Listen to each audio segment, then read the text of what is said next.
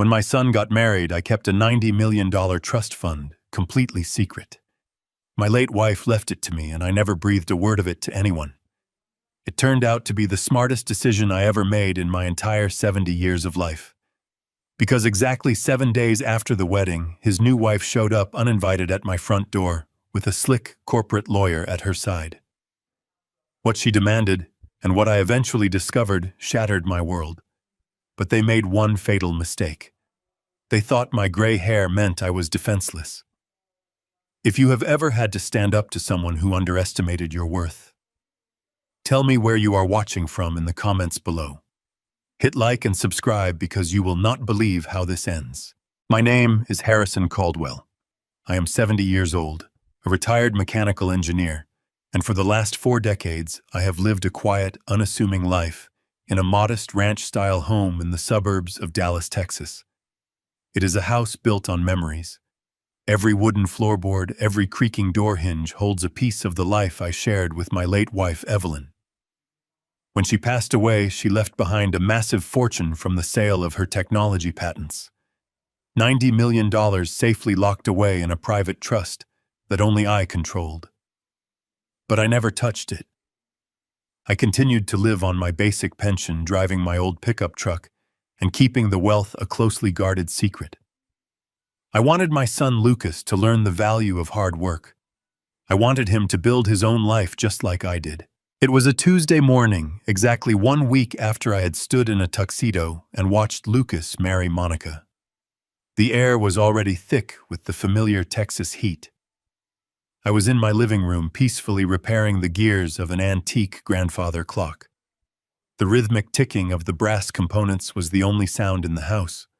I had my reading glasses resting on the bridge of my nose, my hands stained with a little bit of oil, completely lost in the simple joy of fixing something broken. Then the silence was shattered by the aggressive crunch of tires on gravel.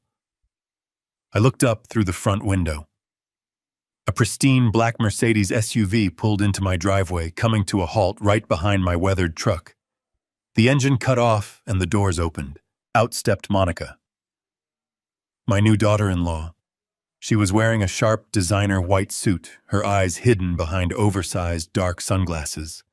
She did not look like a woman dropping by to bring her father-in-law some leftover wedding cake. Her posture was rigid, her jaw tight. Out of the driver's side stepped a man I had never seen before. He looked to be in his late 30s, wearing a tailored navy blue suit and carrying a thick leather briefcase. He had the unmistakable predatory posture of a corporate lawyer. I wiped my hands on a rag and stepped out onto the porch, the wooden planks groaning familiarly under my boots. I offered a warm, welcoming smile, assuming there was some sort of post-wedding errand they needed help with. "Monica," I called out, shielding my eyes from the morning sun. "This is a surprise. Where is Lucas?" Monica did not smile back. She did not take off her sunglasses. She walked up the stone pathway, stopping at the bottom of the porch steps, keeping a physical distance between us as if I were carrying a contagious disease. She did not say a single word of greeting. Instead, she gestured slightly with her hand, signaling the man beside her to take over. The man stepped onto my porch. He did not extend a hand to shake mine. He simply opened his briefcase, pulled out a thick manila envelope, and dropped it onto the small patio table next to my rocking chair. The thud of the paper hitting the wood sounded unnaturally loud in the quiet morning air. "Mr. Caldwell," the man said. His voice was cold, rehearsed, and completely devoid of any human empathy. "My name is Bradley Thorne. I am the legal counsel representing the new owners of this property. I am here to formally serve you notice." I frowned, genuinely confused. I looked from the envelope to Bradley and then to Monica. "New owners? What on earth are you talking about?" "I have owned this house for 40 years. The mortgage was paid off 2 decades ago." Bradley adjusted his tie, looking at me with a mixture of pity and extreme annoyance. "Not anymore, sir. This property has been legally transferred and sold. The asset is currently in the process of being liquidated. You have exactly 72 hours to pack your personal belongings and vacate the premises. If you are still occupying this structure by 8 in the morning on Friday, the local sheriff will be called to forcibly remove you for trespassing on private property. The words hung in the air. 72 hours. Vacate. Trespassing. I felt a sudden sharp ringing in my ears. For a few seconds, my brain simply refused to process the absurd string of sentences this stranger had just spoken to me. I looked at Monica. She was staring past me, inspecting a chipped paint spot on the porch railing, looking completely bored by the destruction of my life. "Monica," I said, my voice dropping to a low, rough whisper. "What is this? Where is my son?" She finally shifted her gaze to me. She let out a heavy sigh as if dealing with a stubborn toddler. "Lucas is busy at the office, Harrison. He could not be here to deal with this drama. The house is sold. It is done. Bradley is just doing his job. You need to start packing instead of standing there asking pointless questions." My hands were trembling slightly, not from fear, but from a sudden, terrifying adrenaline rush. I reached down and picked up the manila envelope. I tore it open. Inside was a stack of legal documents: deeds of trust, transfer of ownership forms, sale agreements. My eyes scanned the dense legal jargon, looking for any explanation, any reason for this madness. Then I flipped to the last page. My breath caught in my throat. At the bottom of the page was a red county notary seal. Right next to it was a power of attorney declaration granting full legal authority to liquidate all real estate assets in my name. And right above the dotted line was my signature, Harrison Caldwell. It was a perfect match. The sweeping loops of the letters, the sharp angles. It was exactly how I signed my checks, my tax returns, my contracts. It was flawless. Except for one massive, horrifying detail, I had never signed that paper. I stared at the black ink. The realization crashed into me like a freight train. This was not a mistake. This was not a misunderstanding with the bank. This was a deliberate, calculated, and highly illegal forgery. And there was only one person in the world who had access to my old tax returns and filing cabinets to trace that signature so perfectly. My own flesh and blood. My son, Lucas. Bradley tapped his expensive watch. "I strongly suggest you start calling moving companies Mr. Caldwell. The new buyers are eager to begin renovations. I will leave my card on the table. Do not try to contact my clients regarding this matter again. Any further communication will be handled exclusively through my office." He placed a glossy white business card next to the envelope. Monica turned on her heel, her high heels clicking sharply against the stone path, and walked back to the Mercedes without looking back. Bradley followed her, getting into the driver's side. The engine roared to life and the SUV reversed out of my driveway, kicking up a cloud of white dust before disappearing down the suburban street. I stood alone on my porch. The Texas sun was beating down on my shoulders, but my entire body felt ice cold. My own son and his wife of 1 week had just ambushed me. They had forged a federal document. They had stolen the house I built with my own hands. They were throwing me out onto the street like a stray dog, believing I was just a poor, defenseless old pensioner who would have no choice but to surrender. I looked down at the forged signature again. A strange, eerie calm began to wash over me. The shock was fading, replaced by the analytical precision of a man who had spent his life solving complex mechanical failures. They thought I was weak. They thought I was naive. They had absolutely no idea about the $90 million monster they had just woken up. I folded the document, slipped it back into the envelope, and walked back inside the house. I had a phone call to make. I stepped through the front door and closed it quietly behind me. The heavy oak door shut with a solid, familiar click, sealing out the oppressive Texas heat and the lingering dust kicked up by Monica's departing Mercedes.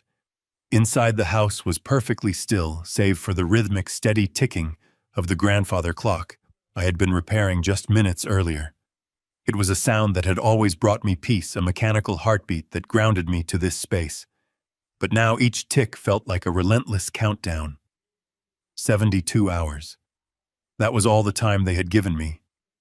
3 short days to erase 40 years of my life.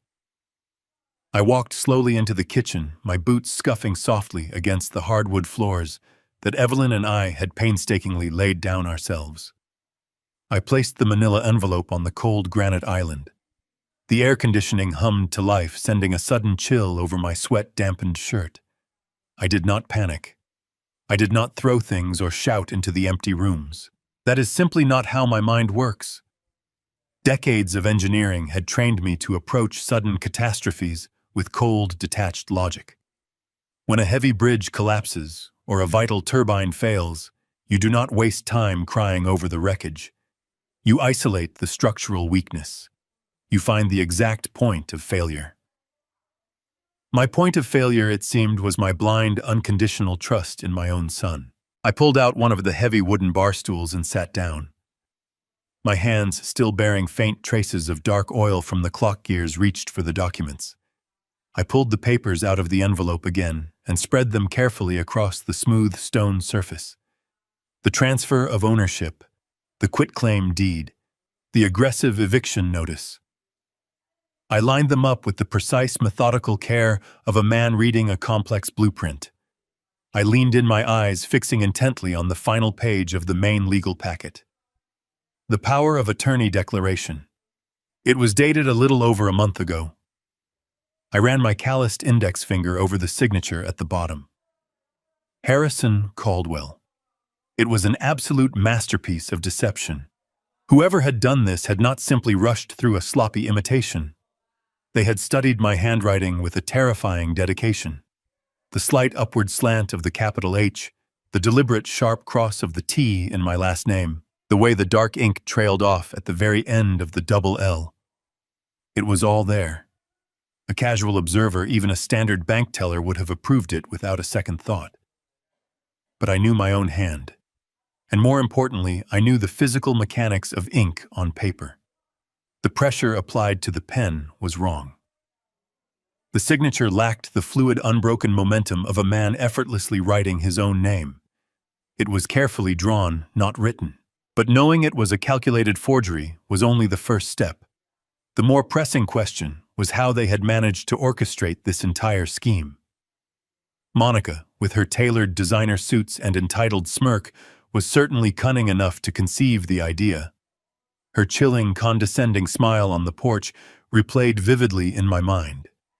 She had looked at me not as a father-in-law, but as an annoying, obsolete obstacle standing directly between her and a massive payday. She had stood there casually examining her expensive manicure while her lawyer handed down a swift death sentence to my peaceful retirement. But Monica did not have access to my private filing cabinets. Monica did not know where I securely kept my old tax returns, my property deeds, or my personal identification documents. Only one person had the keys to this house. Only one person knew my daily routines, my private habits, and my schedule. Lucas, my son, the boy I had patiently taught to ride a bicycle in the very driveway he was now trying to ruthlessly steal. The betrayal began to crystallize in my mind, rapidly hardening into something incredibly sharp and dangerous. I thought back to the lawyer Bradley Thorne. He had handed me that threatening card with the cold, calculated efficiency of a corporate executioner. He had explicitly mentioned a large moving crew arriving on Monday at exactly 8 in the morning. Why Monday? I asked myself, staring blankly at the kitchen wall. Why the intensely aggressive 72-hour timeline? In the ruthless world of commercial real estate and legal evictions, 72 hours is an impossibly narrow window. It is intentionally designed to induce immediate panic. It is a psychological warfare tactic meant to completely overwhelm the victim, forcing them to frantically scramble for moving boxes instead of securing a competent defense lawyer. They desperately wanted me disoriented. They wanted me exhausted and deeply humiliated, hauling black trash bags into the back of my old pickup truck before the weekend was even over. They knew perfectly well that if I had enough time to think clearly, if I had sufficient time to boldly contest the eviction through the proper legal channels, their fraudulent power of attorney would not hold up for a single second. under the strict scrutiny of a federal judge. The aggressive speed of their sudden attack was their only real tactical advantage. They were relying entirely on the arrogant assumption that a 70-year-old widower seemingly living on a modest fixed pension income would completely lack the massive financial resources and the emotional stamina required to fight back against a slick, well-funded corporate law firm. They wrongly assumed I would simply bow my tired head, pack my cherished memories into cheap cardboard boxes, and quietly disappear into whatever miserable low-income housing facility I could manage to afford. I leaned back heavily in the wooden bar stool and let out a slow, steady, calculated breath. The antique grandfather clock in the living room chimed the quarter hour. It was a beautiful, deeply resonant sound. I was not going anywhere. The naive, overly trusting father who had proudly stood in a tuxedo at his son's lavish wedding exactly 7 days ago was permanently gone. He had officially died on that front porch the precise moment Monica stubbornly refused to take off her dark sunglasses. In his place was a resolute man who secretly possessed a hidden $90 million fortune and the limitless patience required to systematically dismantle their entire criminal operation piece by piece. I carefully gathered the fraudulent legal documents and slid them neatly back into the thick manila envelope. I stood up from the kitchen island, feeling a strange, powerful, undeniable surge of energy coursing rapidly through my veins. The crucial first phase of my strategic response required absolute, unwavering emotional control. I needed to hear my son's voice. I needed to hear exactly how he would cowardly attempt to justify this sudden nightmare. I walked deliberately over to the old landline phone securely mounted on the kitchen wall. I stared at the worn plastic buttons for a moment, steadying my racing heart. I picked up the heavy receiver, listened to the steady, hollow dial tone, took one final deep breath to completely mask my burning anger, and dialed Lucas's number. I picked up the phone and dialed his number. Dad, Lucas finally said. His tone was remarkably calm. There was no surprise in his voice. Absolutely no hesitation. He sounded exactly like a man waiting for a scripted cue. Lucas, I said, allowing my voice to tremble just enough to sound overwhelmed. What is happening? Monica was just here. She brought a lawyer. They handed me papers saying I have to leave my house in 3 days. Please tell me this is some kind of terrible misunderstanding. I waited for the crack in his facade. Instead, I heard a heavy theatrical sigh. Dad. Please calm down, Lucas said softly. I know this is a shock. I wanted to be there to tell you in person, but I was afraid of how you would react. I could not bear to see you upset. But we had to do this. We had no other choice. No other choice, I echoed, leaning heavily against the granite countertop to sell the illusion of a broken man, even though he could not see me. This is my home. You forged my signature, Lucas. You sold my house. Dad, stop it, he interrupted gently. Do not say things like that. Nobody forged anything. You signed those papers last month. You just do not remember doing it. The sheer audacity of the gaslighting was breathtaking. I do not remember, I asked, letting my voice crack perfectly. What are you talking about? It is not, Dad.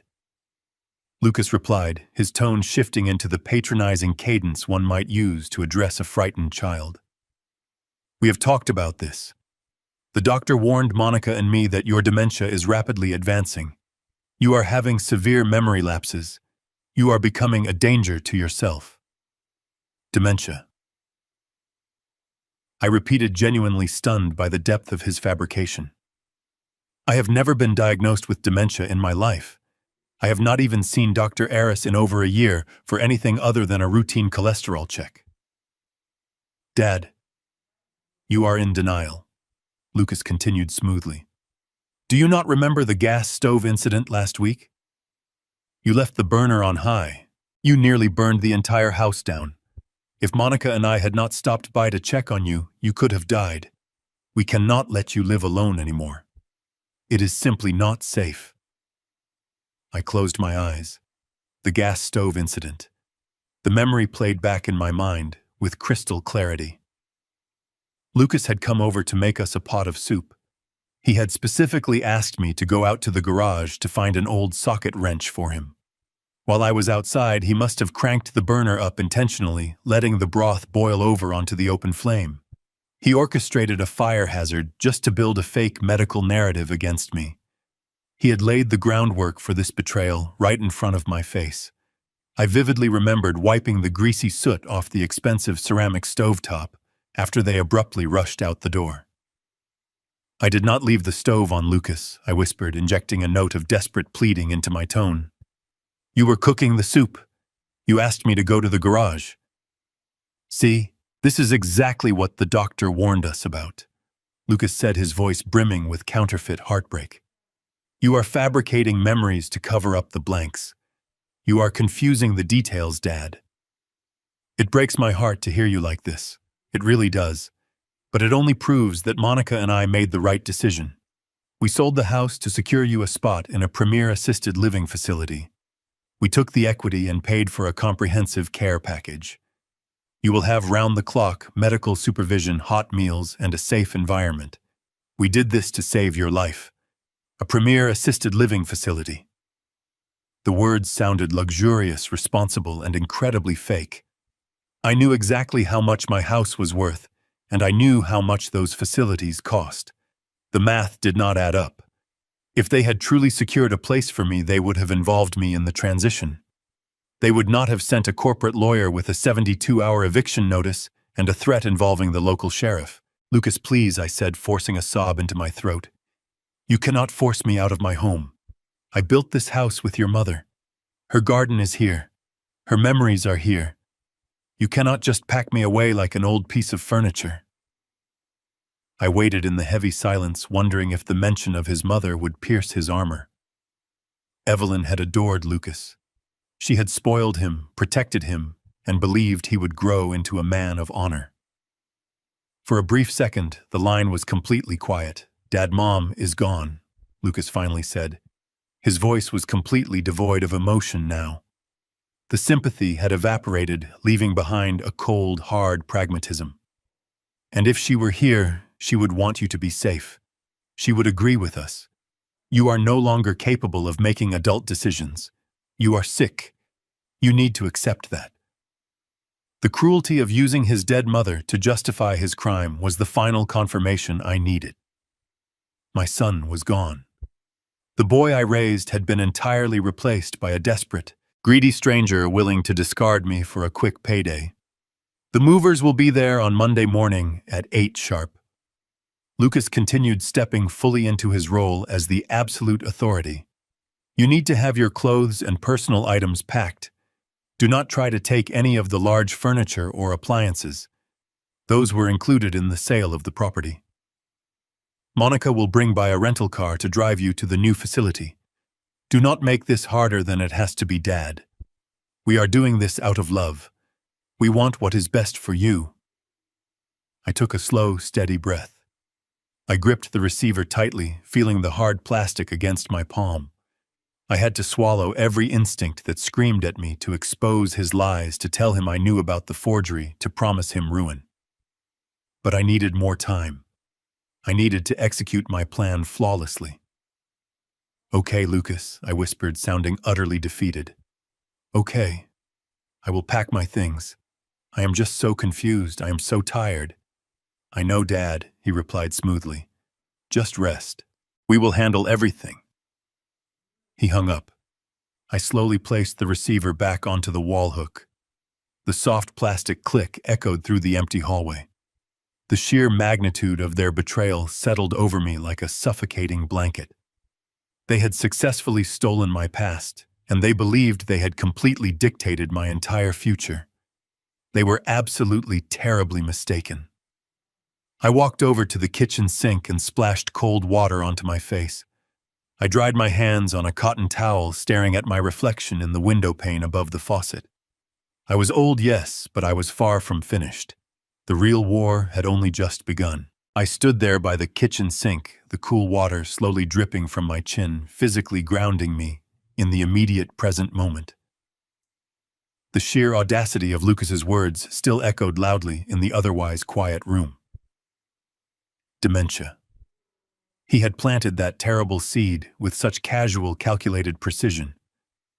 I dried my face completely with a cotton towel, intentionally letting the rough fabric pull me back from the dangerous edge of blind rage. As a retired mechanical engineer, I had spent my entire professional career diagnosing massive, catastrophic structural failures. When a complex system completely breaks down, you do not simply stare at the surrounding wreckage and shout uselessly at the twisted metal. You carefully trace the microscopic fault lines all the way back to their very origin. You look for the tiny stress fractures that silently appeared long before the final devastating collapse. My own son was not just lying to cover up a spontaneous, opportunistic theft. He was ruthlessly executing a meticulously designed long-term strategy. He had been quietly laying the foundation for my supposed mental decline for weeks, perfectly preparing the medical narrative, so that when the final blow eventually fell, no one in the world would ever question his motives. The burning anger inside my chest began to crystallize, freezing into a sharp, crystalline clarity. I deliberately walked away from the sink and sat back down on the heavy wooden bar stool. I needed to systematically dissect his alibi. I needed to critically examine the structural integrity of his elaborate lies. And the central weight-bearing pillar of his entire fabrication was the terrifying incident with the gas stove. I closed my eyes and allowed the memory of that specific afternoon to play back in my mind, frame by frame, examining every tiny detail I had previously overlooked. It had happened exactly 10 days ago. Lucas had stopped by the house completely unannounced on a random Thursday afternoon. He had cheerfully brought 2 bags of premium organic groceries, insisting that he wanted to cook his old man a healthy batch of homemade vegetable soup. It had seemed like such a rare, deeply touching gesture of filial affection at the time. I had sat at this very kitchen island, happily watching him chop carrots and celery, feeling a warm, familiar swell of pride for the son I had raised. He had filled the large stainless steel pot, placed it directly on the front right burner, and ignited the bright blue flame. Then came the crucial pivot. The exact moment the microscopic stress fracture occurred. Lucas had turned to me, calmly wiping his hands on a kitchen towel, and asked a highly specific question. He casually asked if I still had that specific set of metric socket wrenches securely stored out in the garage. He confidently claimed he desperately needed to borrow them to fix a loose rattling bracket on Monica's expensive car. He knew exactly where I kept them, buried at the very bottom of my heavy steel toolbox, in the darkest, most cluttered corner of the detached garage. It was a tedious task that would take me at least 10 or 15 minutes to properly complete. I had smiled, genuinely happy to be useful to my son, and walked out the back door without a single trace of suspicion. The very moment my boot stepped outside onto the concrete, the deadly trap was set into motion. While I was struggling in the stifling, oppressive heat of the garage, shifting heavy metal trays, and blindly searching for the specific metric sockets, Lucas had not been waiting patiently in the kitchen. He had intentionally turned the gas burner up to its absolute maximum setting. He had coldly ensured the soup would boil over rapidly, effectively drowning the open flame, while leaving the heavy toxic gas freely pumping into the enclosed kitchen space. And then he simply walked out the front door and drove his car away. He did not bother to say goodbye. He did not wait for the wrenches he supposedly needed. He completely abandoned the house, leaving his own father to walk back inside to a kitchen, rapidly filling with highly combustible, suffocating smoke. I vividly remembered coughing violently, my eyes watering intensely, as the shrill, deafening shriek of the smoke alarms suddenly pierced my ears. I had rushed forward in a panic, desperately waving a dish towel to clear the thick gray fog, and twisted the plastic knob to firmly shut off the hissing gas line. Less than 5 minutes later, Lucas and Monica had burst violently through the front door, panting heavily and looking completely terrified. They convincingly claimed they had driven halfway down the street, realized they had forgotten to say a proper goodbye, and turned around just in time to see the dark smoke pouring from the kitchen window. They had rushed directly to my side, grabbing my shaking shoulders, acting deeply traumatized by the event. Lucas had looked me dead in the eye and asked with perfect heartbreaking sincerity why I had turned the stove up so high and carelessly wandered off. I had been so utterly disoriented by the thick smoke and the blaring alarms that I had actually doubted my own memory. I had apologized to them. I had apologized genuinely, believing I had made a foolish, incredibly dangerous mistake due to my advancing age. Now sitting alone in the absolute silence of my kitchen, the horrific truth slammed into my chest with devastating, undeniable force. It was not a lapse in my memory. It was a carefully staged crime scene. Lucas had orchestrated a potentially lethal fire hazard just to forcefully manufacture a documented incident of my supposed cognitive decline. He was aggressively building a fake medical history, a solid paper trail of incompetence to legally justify his fraudulent power of attorney. He had actively risked my life simply to steal my home. The realization was so profoundly dark and twisted that it immediately stripped away every last lingering trace of paternal affection. My son was operating with the cold, ruthless efficiency of a corporate predator. If I simply marched over to his house right now, wildly waving my arms and shouting loudly about forgeries and staged fires, I would be playing directly into his carefully crafted deceptive narrative. I would look exactly like a paranoid, deeply confused old man suffering from aggressive, late-stage dementia. The local authorities would look at his perfectly forged legal documents, listen to his remarkably sympathetic, practiced lies about the kitchen fire, and kindly escort me away to the psychiatric ward. Fighting them with honest, righteous outrage was a guaranteed, undeniable path to total ruin. I could not use brute force to win this battle. I had to use complete deception. I remained seated at the island, staring at the empty air, actively embracing my new reality. I had officially gone undercover in my own life. They wanted a helpless, compliant victim, and I was going to give them an award-winning performance. My son thought he was the master architect of my ultimate demise, completely unaware that he had just willingly handed me the exact blueprints to his own total destruction. I stepped away from the wooden barstool, leaving the kitchen island, to walk down the hall toward my private study.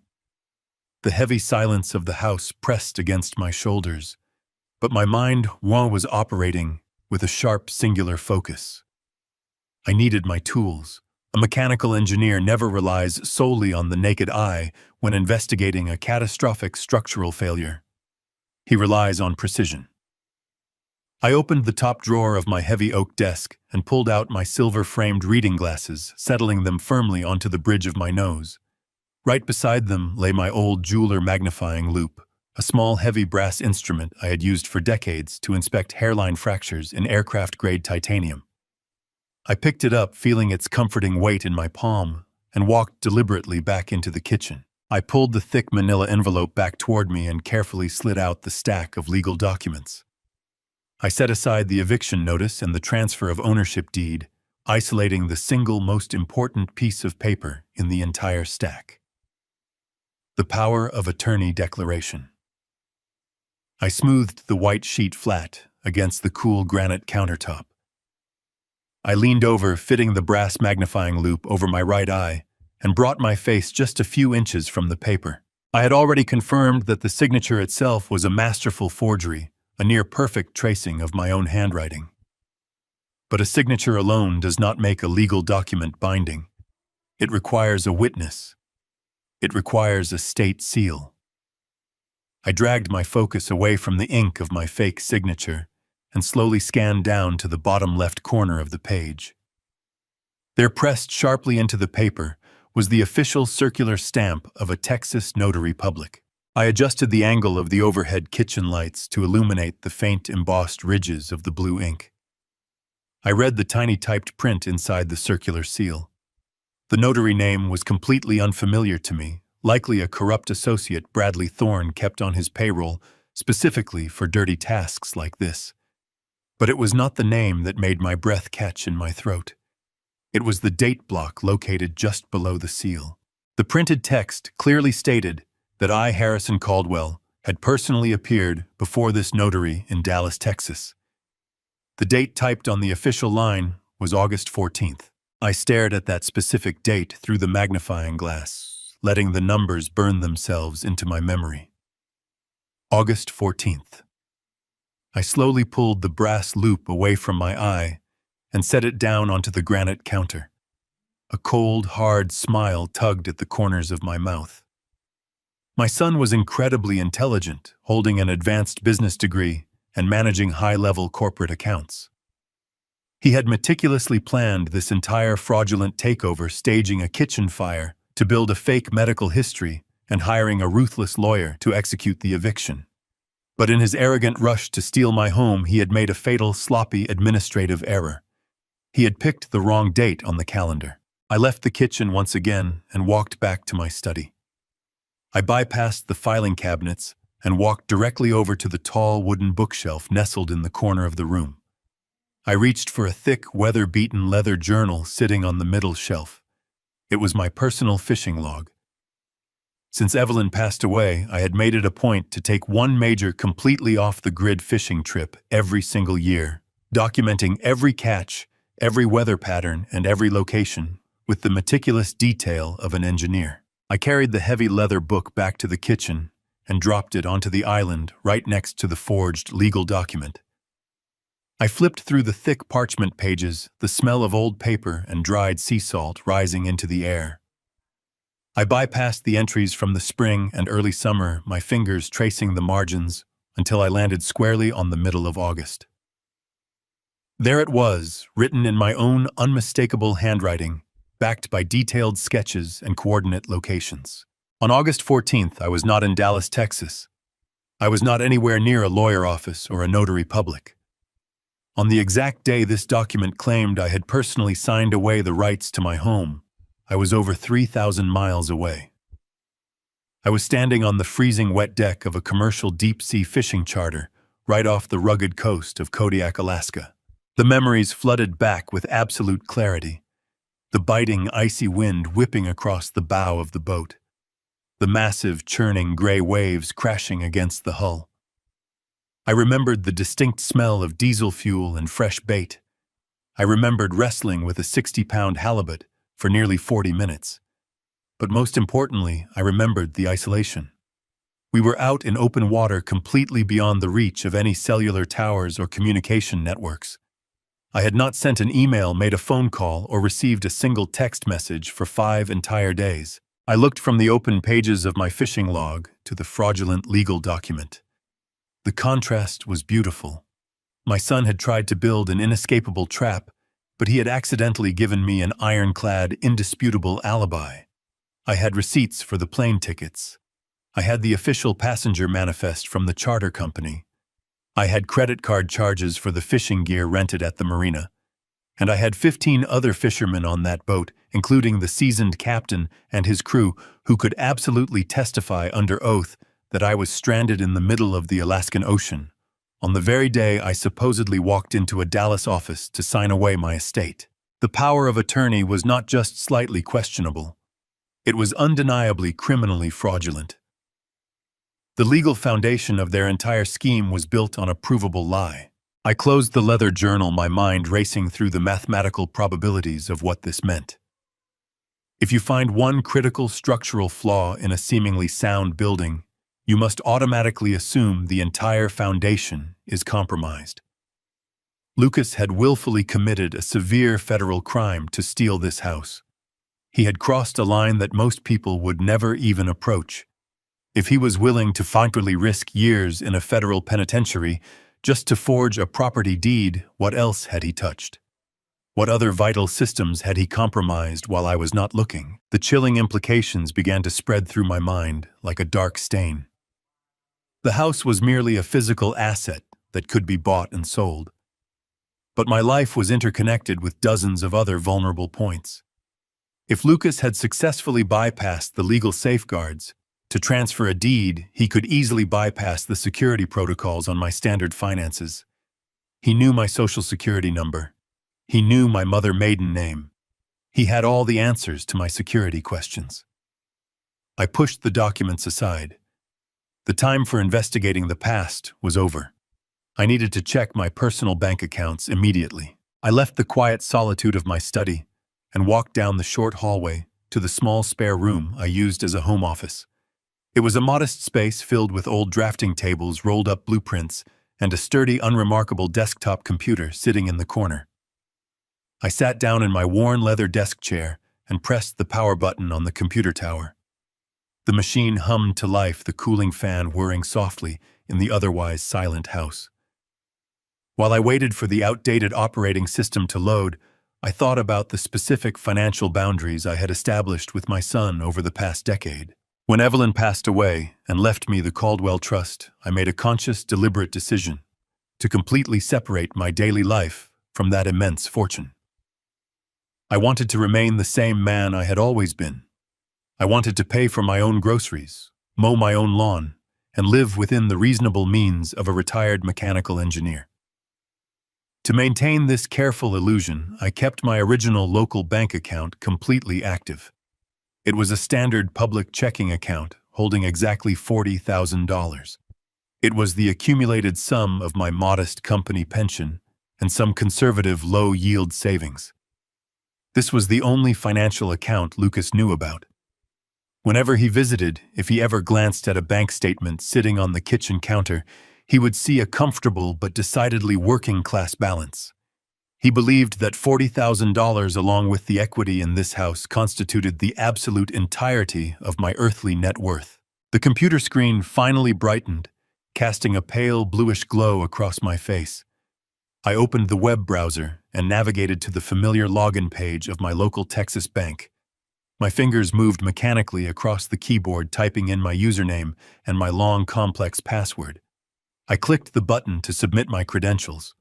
The page loaded slowly, the small spinning circle on the screen feeling like a physical weight pressing down on my chest.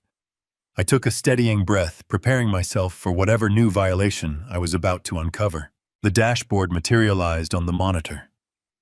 I looked directly at the bold black numbers displayed at the very top of the page under the heading of available balance, $0.00. I leaned closer to the monitor, the harsh light reflecting off my silver reading glasses. I blinked momentarily, thinking the bank website was experiencing some sort of technical glitch. I refreshed the page. The screen flickered, reloaded, and displayed the exact same devastating number, 0.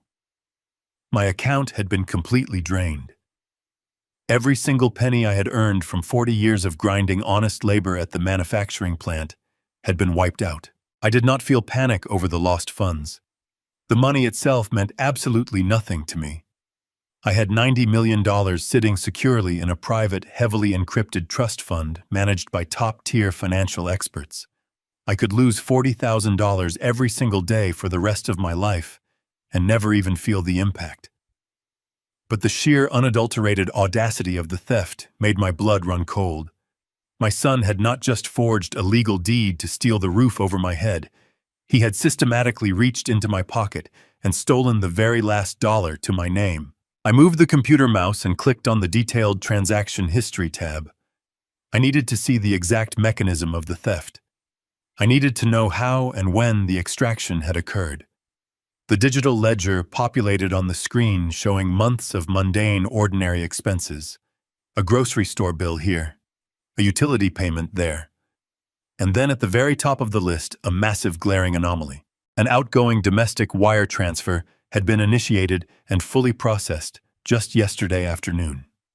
The withdrawal amount was exactly $39,985, leaving a negligible $15 fee balance that the bank had immediately absorbed. I clicked on the specific transaction to expand the routing details. The money had been wired directly to a commercial holding account located in Chicago, Illinois. I stared at the small typed text in the optional memo line attached to the wire transfer. The words were written with a sickening, calculated precision. Medical facility deposit. My hands curled into tight fists, my fingernails digging sharply into my palms. Lucas and Monica had actually used my own stolen pension money to fund their incredibly dark, fabricated narrative. They were moving my cash to make it look like they were responsibly securing my placement in a premier assisted living center. It was a masterful, deeply cynical stroke of accounting. If any local investigator or suspicious bank manager ever looked at the paper trail, they would see a loving son transferring his deteriorating father's assets to appropriately pay for his urgent necessary medical care. They had robbed me blind, and they had disguised the robbery as an act of profound filial devotion. I pushed my chair back from the desk, letting the wheels roll smoothly across the plastic floor mat. I steepled my fingers under my chin, staring into the dark corners of the room. The initial wave of raw, paternal heartbreak was entirely gone now. My engineering mind took over completely, breaking the situation down into cold, raw data points. Something about this elaborate crime did not make logical sense. I analyzed the variables. Lucas was a senior vice president at a prominent logistics firm. He earned a highly respectable six-figure salary complete with quarterly corporate bonuses and a generous benefits package. Monica had always proudly boasted about her affluent family background in Atlanta, constantly flaunting her expensive designer handbags and her supposedly vast investment portfolio. They lived in an exclusive high-rent district in the city. They drove imported luxury vehicles. They projected an image of absolute untouchable financial success. So why on earth would two supposedly wealthy, successful professionals risk severe federal wire fraud charges to steal a measly $40,000 from an old man? If they were simply greedy, they would have just taken the house. The house was worth nearly $500,000 in the current market. The house was a massive, lucrative asset, worth the considerable legal risk of a forged notary seal, but draining a basic checking account for a fraction of that amount. That was not an act of calculated corporate greed. That was an act of pure, unadulterated desperation. People who have millions of dollars do not risk 15 years in a federal penitentiary to steal 40 grand. They only take that kind of terrifying absolute risk when their backs are pushed entirely against a wall. They only commit that level of sloppy, traceable fraud when they are absolutely frantic for immediate liquid cash. The realization settled over me with a heavy, ominous weight. Lucas and Monica were not wealthy. They were completely, devastatingly broke. Their entire lavish lifestyle was a hollow, crumbling facade. They were drowning in some kind of massive, suffocating debt, and the pressure had finally broken them. The hurried house sale, the forged documents, the stolen pension money, the aggressive eviction notice. None of it was about upgrading their luxury lifestyle or building a brighter future. It was a desperate, panicked scramble to survive. They needed cash, and they needed it immediately, which meant they were terrified of something or someone. I needed to know exactly what kind of monster was chasing my son, because that was the very same monster I was going to use to destroy him. I pushed away from the computer desk and walked out of the small office, my steps purposeful and measured. I bypassed the kitchen entirely and headed down the hallway toward the master bedroom. The digital clock on the bedside table read 2 in the morning. It was the perfect hour for the kind of work I was about to initiate. I walked over to the heavy oak armoire that had belonged to my grandfather. With a firm grip, I gripped the bottom edge and pushed it to the right. The heavy piece of furniture slid smoothly across the hardwood floor on hidden custom-installed casters, revealing a plain section of wooden floorboards. I knelt down and pressed my thumb against a specific, barely visible knot in the wood. A small rectangular panel popped open, exposing the biometric scanner of my hidden floor safe. I pressed my right index finger firmly against the illuminated glass. The heavy steel locking mechanism disengaged with a deep, satisfying metallic thud. I lifted the heavy door. Inside lay a few stacks of physical currency, some old family heirloom jewelry I had kept from Evelyn, and a small, heavy black case. I reached past the cash and pulled out the case, unsnapping the latches to reveal a sleek, satellite-encrypted phone. It was a piece of hardware typically reserved for high-level corporate executives operating in hostile foreign territories. I had purchased it specifically for managing the Caldwell Trust, ensuring that absolutely none of my massive financial transactions ever crossed paths with my vulnerable public local networks. I carried the encrypted phone back to the living room and sat down in my favorite leather recliner. I powered on the device, watching the small screen illuminate the dark room with a harsh white light. I bypassed the standard dialing menu and entered a complex sequence of numbers from memory. The line rang twice before a crisp, professional voice answered. "Mr. Caldwell," the voice said. It was Sylvia Vargas. Sylvia was the senior wealth manager of the Caldwell Trust, a brilliant, absolutely ruthless financial strategist who managed my $90 million portfolio with an iron fist. She was one of the very few people on this earth who knew the actual scale of my resources. "It is quite late in Texas," she continued. "I trust this is not a social call." "Sylvia," I replied, allowing my voice to drop to its natural authoritative register. The frail, confused old man who had spoken to Lucas just an hour ago was entirely gone. "I need you to initiate a total, scorched earth financial audit, and I need it done immediately." I heard the subtle shift in her breathing over the line. The pleasantries vanished instantly. "Give me the targets," she said. "Lucas Caldwell and Monica Caldwell." I instructed, feeling a cold, dark satisfaction as I officially targeted my own son. "I want you to deploy your elite forensic accounting team right now. I need them to dig into every single aspect of their financial lives. I want every credit card statement, every wire transfer, every mortgage document, and every tax return from the last 5 years.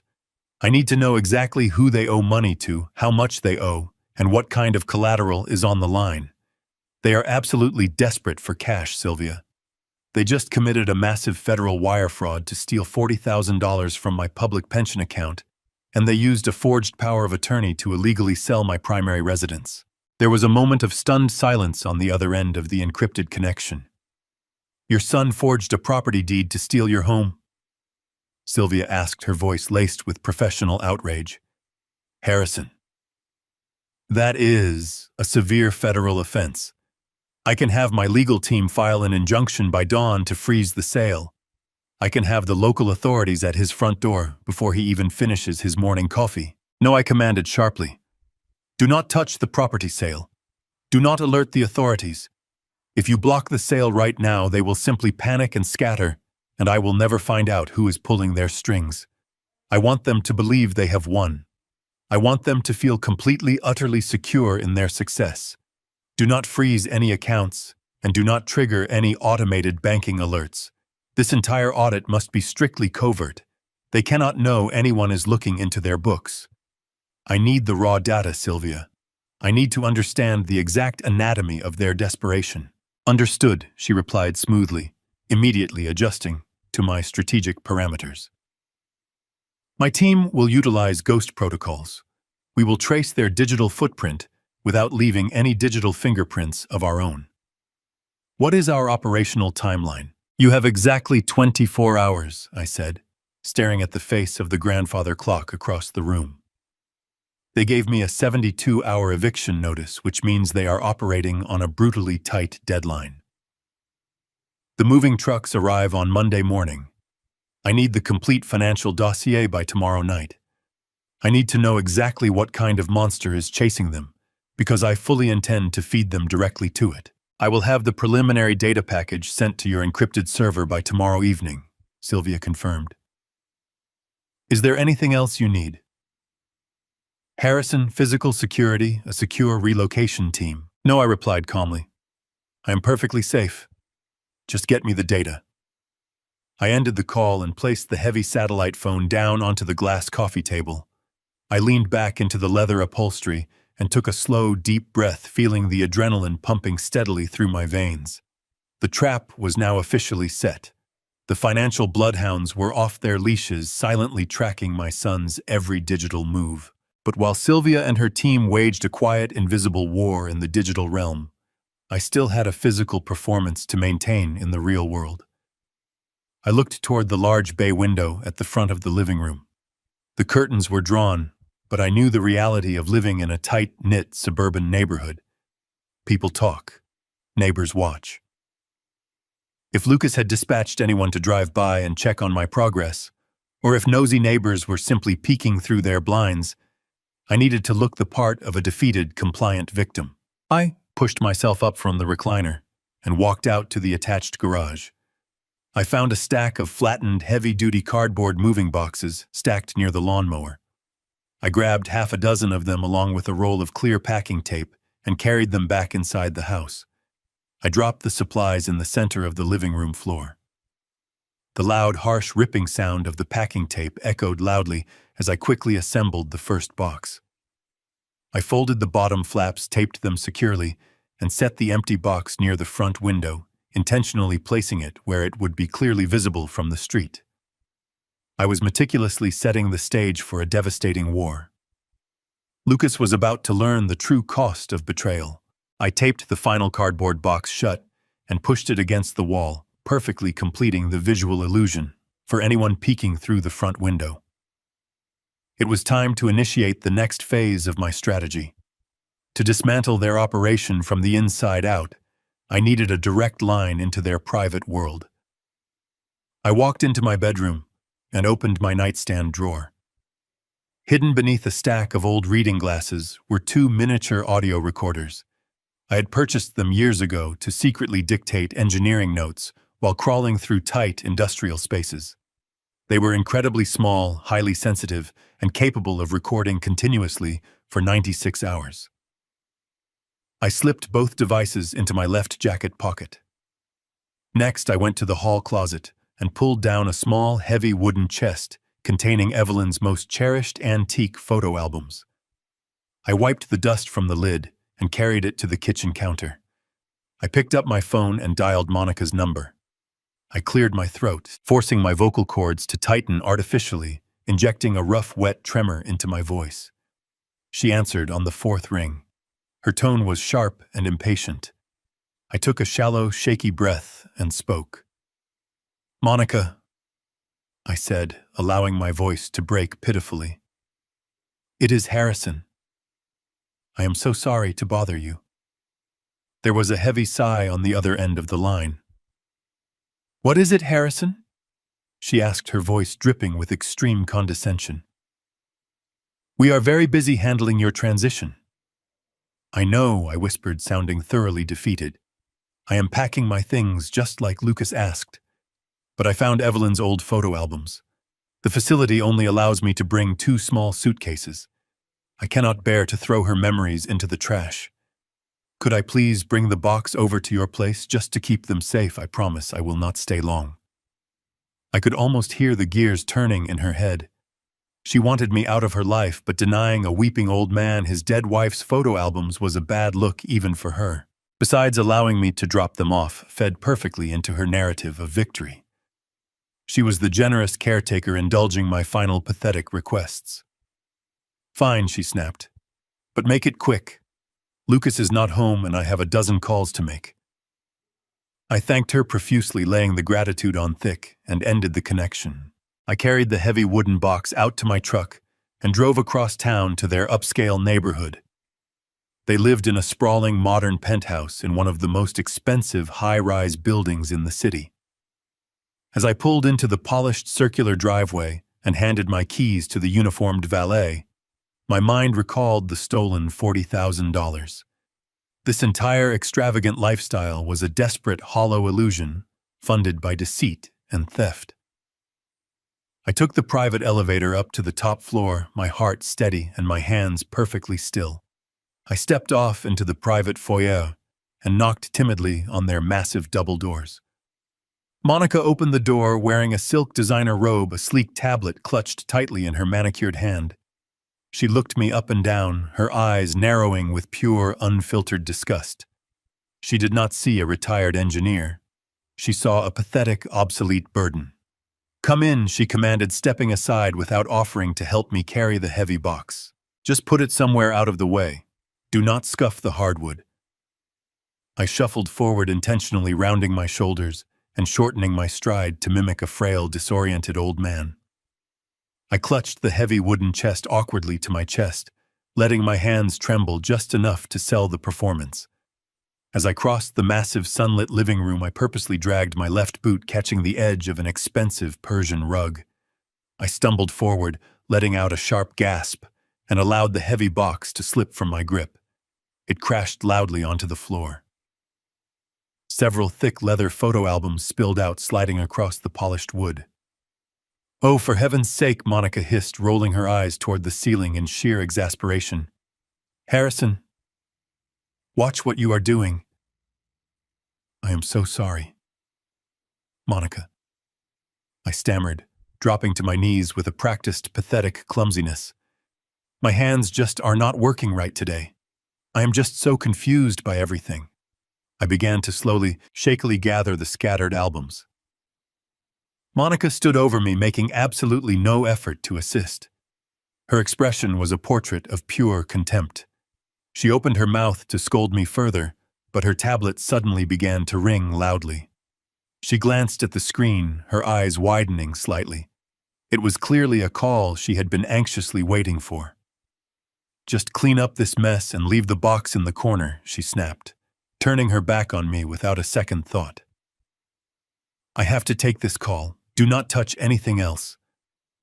She walked swiftly away, pacing nervously toward the far end of the open-concept kitchen, already raising her voice to whoever was on the other end of the line. This was my exact window of opportunity. The moment her back was completely turned, the frail, trembling old man vanished instantly. I moved with the swift, silent precision of a mechanic. I reached into my left jacket pocket and pulled out the first miniature audio recorder. I slid silently across the floor toward their massive custom-designed sectional sofa. I reached underneath the heavy fabric, feeling for a solid wooden crossbeam. I pressed the adhesive backing of the small device firmly against the hidden wood, securing it perfectly near the center of the room. It would pick up every single conversation held in that living space. I quietly gathered the remaining photo albums, placed them neatly back into the wooden chest, and pushed the box securely against the wall.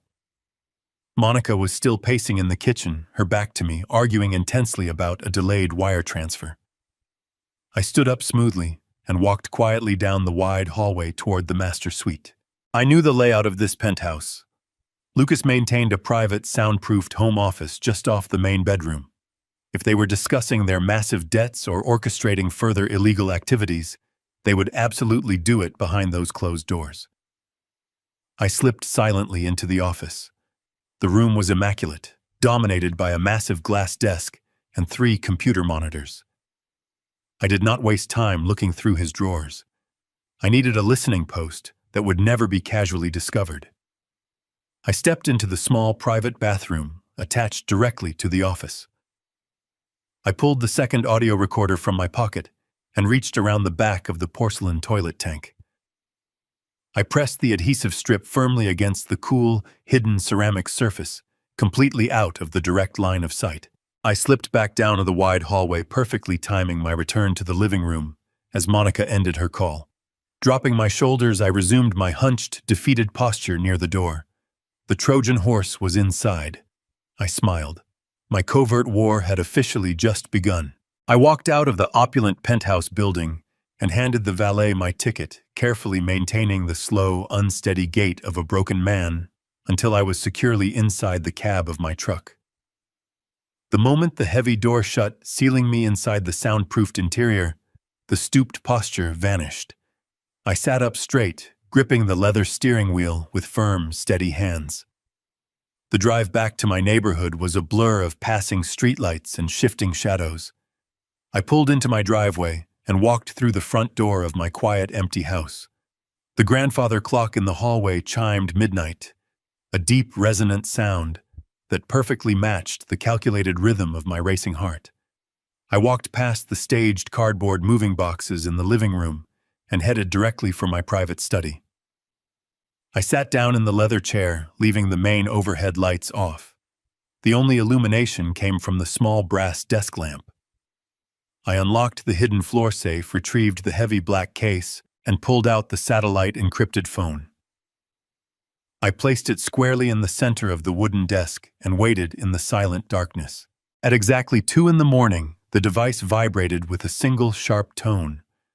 The screen glowed bright white, displaying a notification of an incoming encrypted data package from Sylvia Vargas. I typed in my complex alphanumeric decryption key and watched as the progress bar rapidly filled the screen. Sylvia and her elite forensic accounting team had ruthlessly executed my directive. They had operated with surgical precision, ripping away the glossy, sophisticated veneer of his entire life to expose the rotting foundation underneath. I connected the satellite phone to my secure desktop computer and opened the massive digital dossier. The files populated instantly across my large monitor. I began to sift through the organized folders, opening bank statements, intercepted credit reports, hidden mortgage documents, and complex tax returns. It was an absolute masterpiece of financial total destruction. The spreadsheet cells were bleeding a vibrant, aggressive red. I leaned forward, resting my elbows heavily on the desk, absorbing the sheer magnitude of their complete financial ruin. I expected to find a few overdrawn credit cards or perhaps an underwater secondary mortgage. What Sylvia had uncovered was a financial crater so incredibly massive, it defied basic logic. I opened a subfolder specifically dedicated to Monica Caldwell. For years, she had proudly paraded around our family gatherings, loudly boasting about her prestigious career as an independent corporate strategy consultant. She had seamlessly projected the image of a highly sought-after executive flying first class to private meetings and dining with venture capitalists. The reality plainly displayed in the forensic audit was shockingly pathetic. Monica was not a consultant. Her business registration was nothing more than a hollow shell company, an empty corporate entity used exclusively to mask her actual daily activities. She was a day trader, and she was an incredibly reckless, wildly incompetent one. She had spent the last 4 years sitting in her luxurious penthouse, gambling massive amounts of borrowed money on highly volatile, over-leveraged commercial real estate margins. She had started small, using his corporate bonuses to cover early losses, but the aggressive trading had quickly spiraled into a catastrophic addiction. She had completely drained their joint savings accounts. She had quietly liquidated their retirement portfolios. She had taken out aggressive secondary loans against their imported luxury vehicles. But the most devastating document was a consolidated balance sheet Sylvia had compiled at the very bottom of the file. Her wildly speculative real estate plays had completely imploded during a recent market correction. She was currently holding a negative balance of exactly $2.5 million. $2.5 million. The number stared back at me from the glowing monitor, a testament to pure, unadulterated arrogance. The stolen $40,000 from my pension account was nothing but a desperate drop in a massive bottomless bucket. It was just enough liquid cash to pay a fraudulent corporate lawyer and temporarily silence a collections agent. But the true horror of their situation was not the staggering amount of the debt itself. It was the specific identity of their primary creditor. I clicked on a heavily encrypted file labeled Priority Threat Assessment. The team had meticulously traced the complex origin of the massive high-interest loans Monica had secured to cover her initial margin calls. She had not borrowed this money from a reputable national bank. Traditional financial institutions have strict regulatory limits and required collateral. Monica had completely bypassed the legal banking sector.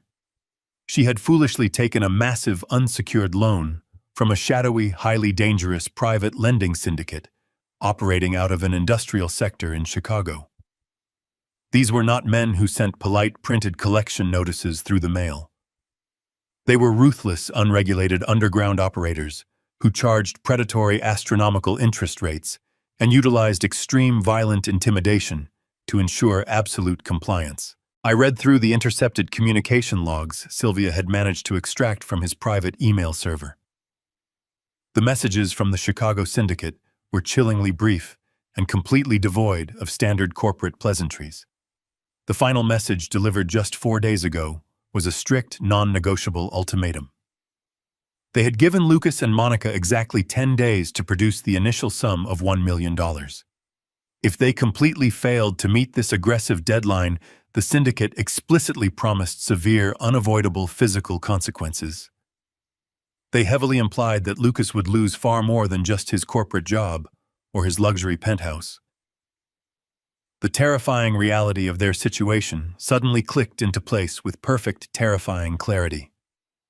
The sudden, aggressive 72-hour eviction notice, the meticulously forged property deed, the stolen $40,000 from my pension fund. None of this was simply about pure greed. It was a panicked, frantic scramble for absolute survival. Lucas had realized he was 10 days away from having his legs broken by Chicago enforcers, and his immediate instinctual solution was to ruthlessly sacrifice his own father to the wolves. He intended to rapidly liquidate my house, steal the equity, and use my entire life savings to literally buy his own life back. I leaned back into the heavy leather chair, feeling a cold, dark wave of absolute power wash over my entire body. They were actively bleeding out, deeply terrified of a predator they could not control. They thought they were ruthlessly playing me, completely unaware that I was a man with a hidden $90 million fortune. I possessed the massive financial resources to either instantly solve their terrifying problem or systematically ensure their total, absolute destruction. I sat in the silent, dark study watching the glowing computer monitor, perfectly content to let the invisible, tightening noose slowly choke the remaining life out of their arrogant, hollow existence. The digital files illuminated the grim, undeniable truth of their hidden nightmare. Tomorrow I would carefully listen to the secret audio recordings from their apartment.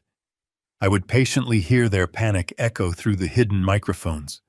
They had foolishly invited the ultimate architect of their complete ruin directly into their home, ensuring their inevitable downfall and entirely sealing their miserable fate. I awoke the next morning long before the sun crested the horizon. The grandfather clock in the hallway was just striking 5 when I poured my first cup of black coffee and carried it down the narrow hall to my private study. The house was completely silent, wrapped in the heavy stillness of early dawn, but my mind was already racing with the cold, calculated precision of an engineer approaching a critical stress test. I sat down at my desk and opened the heavy black case containing the receiver for the miniature audio recorders I had planted in their penthouse the day before. I plugged a pair of high-quality noise-canceling headphones into the audio jack.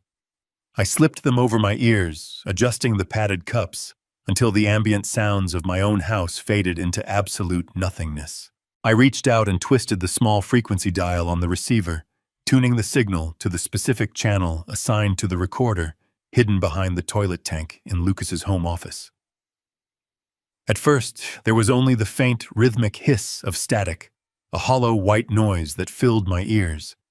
I closed my eyes and focused entirely on the audio feed, waiting with the infinite patience of a predator in the tall grass. A few minutes later, the static was suddenly pierced by the sharp, heavy sound of a door slamming shut. I leaned forward in my leather chair, pressing the headphones tighter against my head. The audio was remarkably clear, picking up the distinct, frantic sound of heavy leather shoes pacing aggressively across the polished hardwood floor. I could picture my son perfectly in that immaculate glass-walled office, pacing back and forth like a trapped animal. The rapid, uneven rhythm of his footsteps broadcasted a level of pure, unadulterated panic that he had completely managed to hide during our phone call. He was terrified. Then I heard the distinct sound of ice clinking against the side of a heavy crystal glass, followed by the sound of liquid splashing quickly.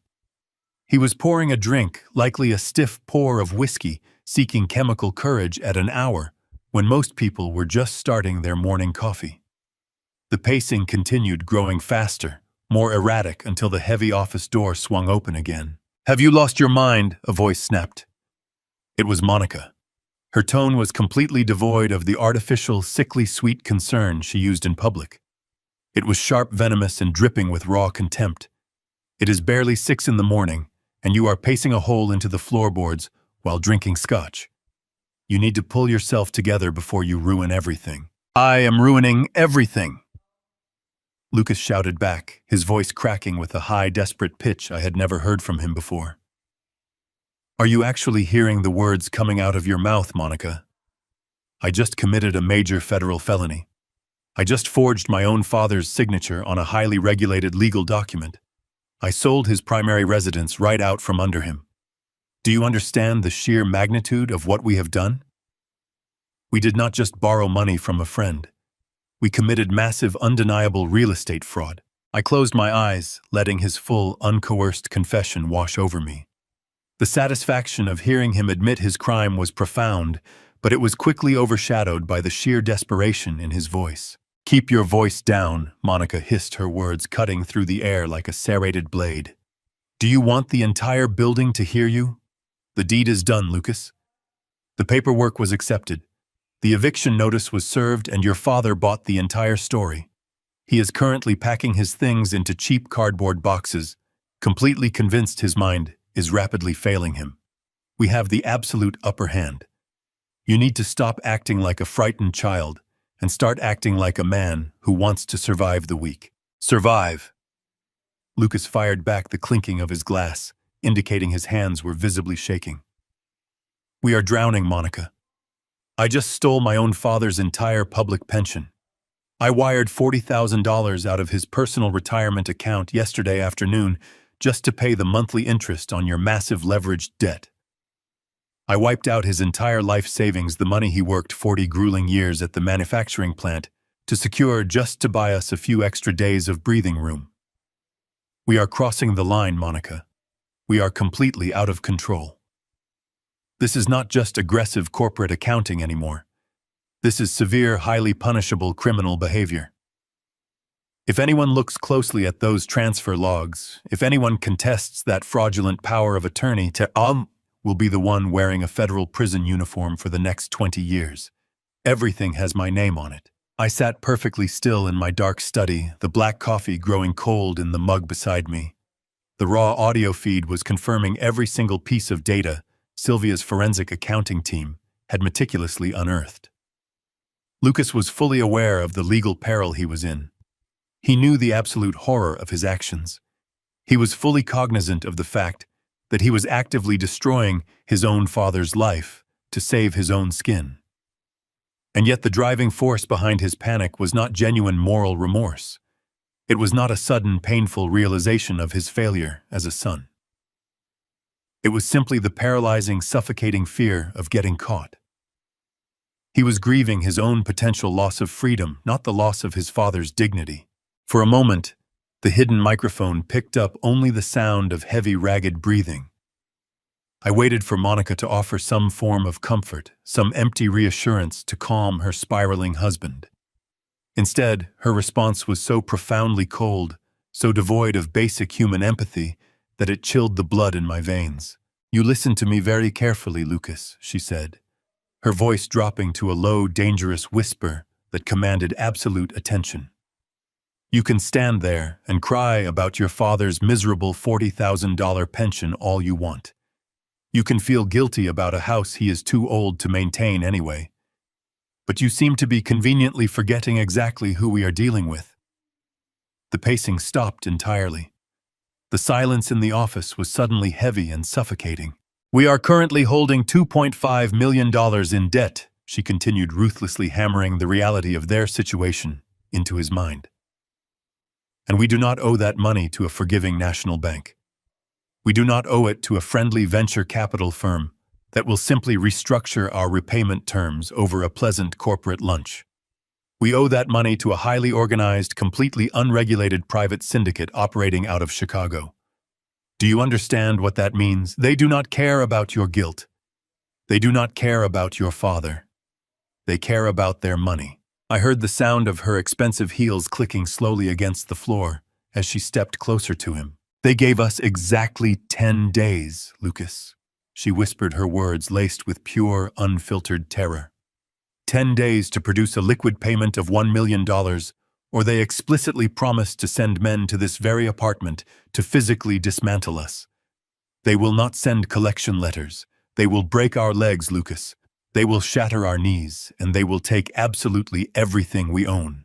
So you can either wipe your tears, finalize the sale of your father's house by Monday morning, and hand them their cash, or you can prepare for a visit from men who will not hesitate to put you in a wheelchair for the rest of your natural life." The audio feed went dead silent, save for the faint, steady sound of Lucas's terrified breathing. He was completely trapped, pinned between the threat of a long federal prison sentence and the immediate violent promise of a ruthless criminal syndicate. The entire conflict had instantaneously shifted. This was no longer a simple story of a greedy son stealing a suburban house from a naive, aging father. This was a desperate life-or-death struggle for survival in a dangerous, unforgiving, criminal underworld. I slowly reached up and removed the heavy headphones, placing them gently onto the wooden desk. I leaned back into my chair, letting the sheer magnitude of their predicament wash over me. My son had sold his soul to buy an illusion of wealth, and the devil had finally come to collect. They were absolutely terrified, scrambling frantically to beat a Monday deadline set by violent, dangerous men. They needed the equity from my home to literally buy their physical safety. A slow, dark smile spread across my face. They needed my house to survive. They needed my complete compliance to save their legs. They were depending on the quiet, pathetic surrender of a confused old man. I picked up my coffee mug and took a long, slow sip. The bitter, dark liquid grounded me perfectly in the moment. The trap was set, the timeline was established, and I held the absolute power to let the syndicate tear them apart, piece by piece. I sat perfectly still in the dimly lit study, the heavy leather headphones pressing firmly against my ears. The initial shock of discovering their massive debt to the Chicago syndicate had temporarily numbed my senses, but the audio feed from their penthouse was far from over. I reached out and rested my hand against the cold ceramic surface of my coffee mug, needing a physical anchor to keep myself grounded in reality. Through the static-free connection, the acoustic landscape of their luxurious living room painted a vivid picture in my mind. The rapid, frantic pacing of my son had momentarily ceased. The heavy silence that followed was thick with unspoken tension, a brief pause in a conversation that was rapidly spiraling out of control. I took a slow, measured breath, waiting for the next inevitable fracture in their crumbling facade. Lucas was the first to break the quiet. His voice sounded hollow, stripped of all its usual corporate confidence. "Okay," Lucas said, his tone wavering with a sickening blend of fear and exhaustion. "Okay, we have the house equity coming. We have the $40,000 from his pension account. We can pay the syndicate their initial $1 million by Friday. But what about the rest of it, Monica? What about my father?" The lawyer gave him 72 hours. "The movers are scheduled for Monday morning. We still have to pay for his medical transition. Those premier assisted living facilities demand massive deposits up front, and we just diverted his entire pension to cover your margin interest. How are we supposed to pay for his care package now?" I pressed the headphones closer, my entire body tensing, in anticipation of her answer. I fully expected Monica to suggest taking out another fraudulent loan, or perhaps liquidating whatever small assets they had left to cover my entry into some modest state-run nursing home. What I heard instead was a sound that will haunt me for the rest of my natural life. Monica laughed. It was not a nervous laugh or a bitter chuckle born of their desperate circumstances. It was a cold, sharp, genuinely amused sound that echoed brightly across their expensive hardwood floors. It was the laugh of a predator admiring its own trap. "A premier assisted living facility," Monica repeated, her voice dripping with profound, unfiltered mockery. "Are you honestly still clinging to that ridiculous script, Lucas? That was the story we fed to your father to keep him compliant.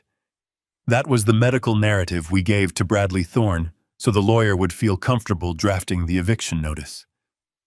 Do you actually think I would waste a single dime of our remaining capital on a luxury retirement suite for that old man? Then where is he going?" Lucas demanded, his voice rising in sudden panic. "Monica, the movers are bringing a transport vehicle on Monday. We told him he was going to a care facility. Where did you tell the transport drivers to take him?" "I found a place," Monica stated calmly, the sheer casualness of her tone striking me like a physical blow. "It is not a premier facility, Lucas. It is not even a registered medical clinic. It is an unlicensed off-the-grid hospice compound located about 10 miles north of the Mexican border. I wired a non-refundable deposit of exactly $2,000 to the property manager through an encrypted offshore account. That leaves us with $38,000 from his pension to pay the Chicago syndicate. Your father is not going to a luxury resort, Lucas. He is going to a warehouse. A warehouse, Lucas stammered, the horror finally bleeding into his voice. Monica, what are you talking about? He needs daily meals. He needs basic supervision. If the authorities check on him, if anyone from the state investigates his living conditions, they will trace it right back to us. You cannot just abandon him in an unlicensed building. Nobody is going to check on him. Lucas, Monica replied, her voice dropping into a chilling deadpan register. It is a black hole. There are no registered doctors on staff. There is absolutely no state oversight. There are no official visitor logs or medical records. The people who run this place cater specifically to families who need their elderly relatives to quietly disappear without generating a tedious legal footprint. They take the patients in, they lock the doors, and they aggressively over-medicate them to keep them quiet and compliant. They keep them heavily sedated 24 hours a day. I stopped breathing. The air in my study suddenly felt as thick and heavy as water. I stared blindly at the glowing computer screen, my mind struggling to process the absolute, unadulterated evil radiating through the headphones. They were not just stealing my money. They were not just taking my house. They were intentionally sending me to a slow, silent execution. At his age, Monica continued smoothly, entirely unfazed by the monstrous nature of her own words, with the sudden physical stress of the eviction and the heavy chemical sedation. His heart will give out in less than a month. Probably much sooner. It is a biological certainty. And when it happens, the facility will quietly dispose of the remains. There will be no formal autopsy. There will be no official police investigation. Nobody will ask any questions, Lucas. The problem will simply solve itself, and we will be completely free to liquidate the rest of his estate to pay off the Chicago lenders. The audio feed hissed softly in my ears. I waited for my son to scream.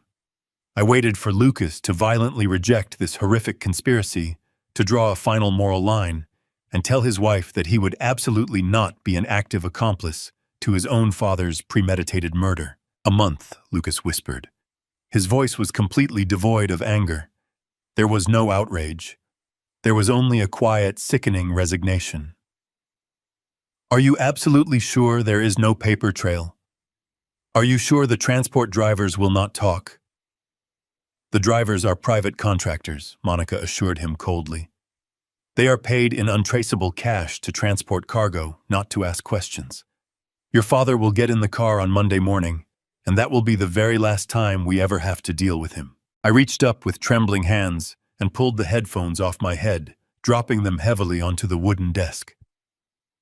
The mechanical ticking of the grandfather clock in the hallway seemed deafening now, a relentless countdown to a scheduled execution. The conflict had entirely shifted its shape. I was no longer a retired engineer fighting a fraudulent property deed. I was a man actively fighting for my very survival against two ruthless predators who viewed my death as a convenient financial transaction. They had removed every boundary of human decency. I stood up from my chair, my heart cold, and my resolve completely hardened into impenetrable steel. I looked closely at the black monitor, watching my own reflection stare back at me with cold eyes that no longer recognized the concept of mercy. The time for gathering quiet evidence was officially over. As my hand moved toward the heavy black receiver to sever the connection, a sharp, sudden crackle of static echoed from the padded headphones resting on the mahogany desk. I paused, my fingers hovering just inches above the smooth power dial. The ambient hiss of their luxurious living room had changed, replaced by a tense, heavy silence that signaled the conversation was not entirely finished. Driven by a morbid, masochistic need to hear the absolute bottom of their depravity, I slowly picked up the headset and pulled it back over my ears. Lucas was speaking again, his voice much lower now, stripped of its previous frantic energy and replaced by a hollow, trembling uncertainty. He was pacing slowly near the massive glass window of his office, his breath hitching painfully in his chest. Monica, He whispered the sound barely registering on the highly sensitive hidden microphone. We do not have to go this far. We can just take the equity from the house sale. The property will easily clear enough cash to pay the Chicago syndicate their initial $1 million by Friday afternoon. We can give them exactly what they demand right now, and we can find a standard basic care facility for my father. A state-run place. Somewhere cheap, but somewhere relatively safe. We absolutely do not need to send him to a border compound to die in a dark room. The silence that followed his desperate plea was thick, heavy, and completely suffocating. I could hear the faint clinking of ice against crystal as Monica stepped closer to him. You are incredibly naive, Lucas, she said, her tone entirely devoid of any marital affection or basic human warmth. You are staring directly at a burning building and trying to calculate the cost of a fire extinguisher. The $1 million we are paying the syndicate on Monday morning is merely a good faith deposit to stop them from breaking our legs. It temporarily buys us time, but it absolutely does not buy our permanent freedom. We still owe them another $1.5 million in principal plus a weekly VIG that is compounding at a highly predatory, violent rate. The house equity barely covers the initial blood money. Once the bank takes its cut, and the remaining local creditors take theirs, we will be left with absolutely nothing. We will lose this expensive penthouse. We will lose the imported cars. We will be completely ruined. Lucas let out a pathetic, stifled sob that echoed sharply across the audio feed. But sending him down there, he stammered, his voice breaking, knowing exactly what they do, knowing how they deliberately over-medicate them until their hearts stop beating. Monica, that is not just financial fraud. If anyone ever investigates, if any authority looks closely, that is a homicide charge. I cannot have that immense weight on my conscience. I cannot just sit here in this apartment and wait for a phone call telling me my own father is dead. You will not just be waiting for a phone call, Monica replied smoothly, her voice gliding over the encrypted audio feed with the chilling, detached calmness of a venomous snake. You will be waiting for a very specific, highly lucrative financial payout. I held my breath, gripping the solid edge of my wooden desk, as her poisonous words hung heavily in the air. What are you talking about? Lucas asked, his voice shaking with fresh, terrible confusion. 6 months ago, when I first realized my commercial real estate margins were completely collapsing, I knew we needed a catastrophic contingency plan, Monica explained, her tone dripping with dark, calculated pride. I covertly contacted a private broker who specializes in extremely high-risk underwriting. I used the forged power of attorney, along with a heavily doctored, completely fabricated set of medical evaluations, to take out a comprehensive life insurance policy on your father. Lucas gasped, a sharp, sudden intake of air that rattled the sensitive microphone. A life insurance policy, he whispered in disbelief. For how much money? $5 million, Monica stated, the massive number ringing out with absolute devastating clarity. It is a massive ironclad policy, but it has a very specific, stringent stipulation regarding his advanced age and his supposed pre-existing conditions. If he passes away naturally in a care facility, the payout is fully expedited and completely unquestioned. That is exactly why we are not sending him to a standard state-run home where legitimate doctors might ask inconvenient questions or attempt to prolong his life. That is exactly why I found the underground border hospice. It provides a guaranteed, entirely untraceable outcome. Within a month, his fragile heart will naturally fail from the intense chemical stress. The facility will quietly issue a standard, unremarkable death certificate. We simply submit the final paperwork. The insurance company wires $5 million directly into our offshore holding account, and we instantly wipe out the Chicago syndicate forever. We pay off the remaining $2.5 million, and we keep the other half to quietly rebuild our entire luxury portfolio. The sheer monumental scale of her malice hit me with the physical force of a speeding freight train. They were not merely stealing the modest roof over my aging head. They were not simply abandoning an old man to save themselves from a catastrophically bad financial bet. They had actively, meticulously orchestrated my premeditated assassination for pure, unadulterated profit. They were treating my impending murder as a brilliant corporate bailout strategy. Monica had coldly priced the remainder of my life at exactly $5 million, and she was flawlessly executing the deadly transaction with the casual, sociopathic efficiency of a routine stock trade. I sat frozen, waiting for my only son to finally break. I waited for the boy I had lovingly raised to finally shatter this demonic illusion, to violently strike down the absolute monster standing in his office, and violently refuse to be a willing party to brutal patricide.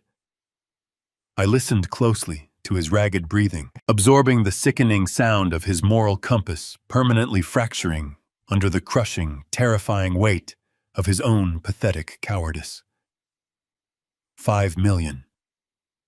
Lucas repeated slowly, the initial horror in his trembling voice slowly morphing into a sick, twisted realization of ultimate salvation. That massive amount would clear absolutely everything. It would completely clear the violent syndicate, the underwater mortgages, the maxed-out credit lines. Everything. Yes, Monica purred softly. It completely clears the board. But only if you hold your nerve, Lucas. Only if you put him in that dark transport van on Monday morning and never ever look back. There was a long, agonizing pause. I squeezed my eyes shut, praying to a universe I barely believed in anymore for my son to make the right choice. Finally, Lucas spoke. His voice was no longer trembling. The panic was entirely gone, replaced by a dead, hollow compliance. "Okay," he whispered. "We send him to the border." I reached up and pulled the headphones off. Any lingering paternal love I possessed was instantly completely eradicated. The emotional death of my fatherhood was absolute. I was no victim. The gloves were officially off. I placed the headphones onto the desk and sat in the silence of my study. The shadows seemed to stretch, mirroring the grotesque distortion of my reality. My son and his wife were not just thieves. They were actively plotting to murder me for a $5 million insurance payout. They intended to ship me to a border facility to be chemically executed to save themselves from a criminal syndicate. A normal man would have dialed the police. A normal father would have called the authorities, handed over the encrypted audio files, and let the justice system arrest Lucas and Monica for conspiracy to commit murder. But I was no longer a normal father. The legal system would arrest them, but it would tie the situation up in years of tedious litigation. They would hire defense attorneys, plead for mercy, and paint themselves as victims. I absolutely refused to allow them that luxury. Going to the police was far too easy. It was far too sterile. They decided to treat my life as a simple financial transaction. I decided I would return the exact same favor. I reached across the desk and picked up the satellite-encrypted phone. I powered the device on and dialed Sylvia Vargas. The line connected immediately, bypassing standard international routing protocols. Harrison Sylvia answered, her voice crisp despite the extreme hour. "I have my team analyzing the remainder of the commercial real estate data. The crater is actually expanding. The deeper we dig into Monica's margin accounts, the worse the leverage appears." "I do not care about the leverage anymore, Sylvia," I said, my voice resonating with a terrifying absolute calm. "The situation has fundamentally escalated. I just intercepted a private audio feed from their penthouse. They took out a $5 million life insurance policy on me using my forged signature. They plan to force me into an unlicensed medical facility near the southern border on Monday morning. They intend to have me sedated until my heart fails solely to collect the insurance money and pay the Chicago syndicate." There was a long, heavy silence on the encrypted line. When Sylvia finally spoke, the professional detachment was gone, replaced by a cold, sharp anger. "Harrison, we are contacting the Federal Bureau of Investigation immediately. I have a direct contact in the regional directorate. We will have them in federal custody before sunrise." "No," I commanded. "Do not contact the authorities. I want to handle this my own way." "I need you to pivot your entire forensic accounting team," I instructed. Stop looking at Monica's broken real estate portfolio and focus entirely on the Chicago syndicate. You told me earlier that they hold $2.5 million in debt. I need your intermediaries to make contact with the people holding that specific paper. Sylvia hesitated for a fraction of a second. Harrison, those are incredibly dangerous people. They operate completely outside the boundaries of international banking laws. They are violent loan sharks. I am well aware of who they are, I replied smoothly. And because they operate outside the law, they are driven entirely by immediate liquid cash. They do not care about collecting weekly interest from a desperate executive if they can get their principal returned in full. I want you to authorize a direct transfer from the primary accounts of the Caldwell Trust. You are going to use my money to buy Lucas and Monica's debt. You want to pay off their loan? Sylvia asked, genuine confusion bleeding into her voice. Why on earth would you save them? I am not saving them, Sylvia. I am purchasing them. I want you to buy the debt, but you must legally acquire the promissory notes. Transfer the entire $2.5 million obligation away from the Chicago syndicate and assign it directly to a private holding corporation that I completely control. I want the syndicate to get their cash, and I want them to legally sign over every single ounce of leverage they hold over my son. Sylvia let out a slow, understanding breath. You want to become their executioner, she murmured. I want to own the axe that is currently swinging over their necks, I corrected her. How fast can your intermediaries move the funds and secure the paper? For a lump sum cash buyout of that magnitude, the syndicate will move instantly, she confirmed, returning to her usual ruthless efficiency. I will route the funds through 3 separate shell corporations to ensure the origin remains entirely anonymous. The Chicago lenders will simply think a larger, aggressive, predatory group bought out their local interest. I will have the digital contracts drafted and the funds wired within the hour. Do it, I said, and terminated the connection. I sat in the dark watching the digital clock on my computer monitor tick forward. The minutes dragged by with an agonizing heavy weight. I pictured the men in Chicago waking up to a notification that their $2.5 million problem had been miraculously solved by an anonymous corporate buyer. I pictured the digital signatures being applied the heavy burden of my son's desperate debt, shifting from an uncontrollable criminal enterprise directly into the palm of my hand.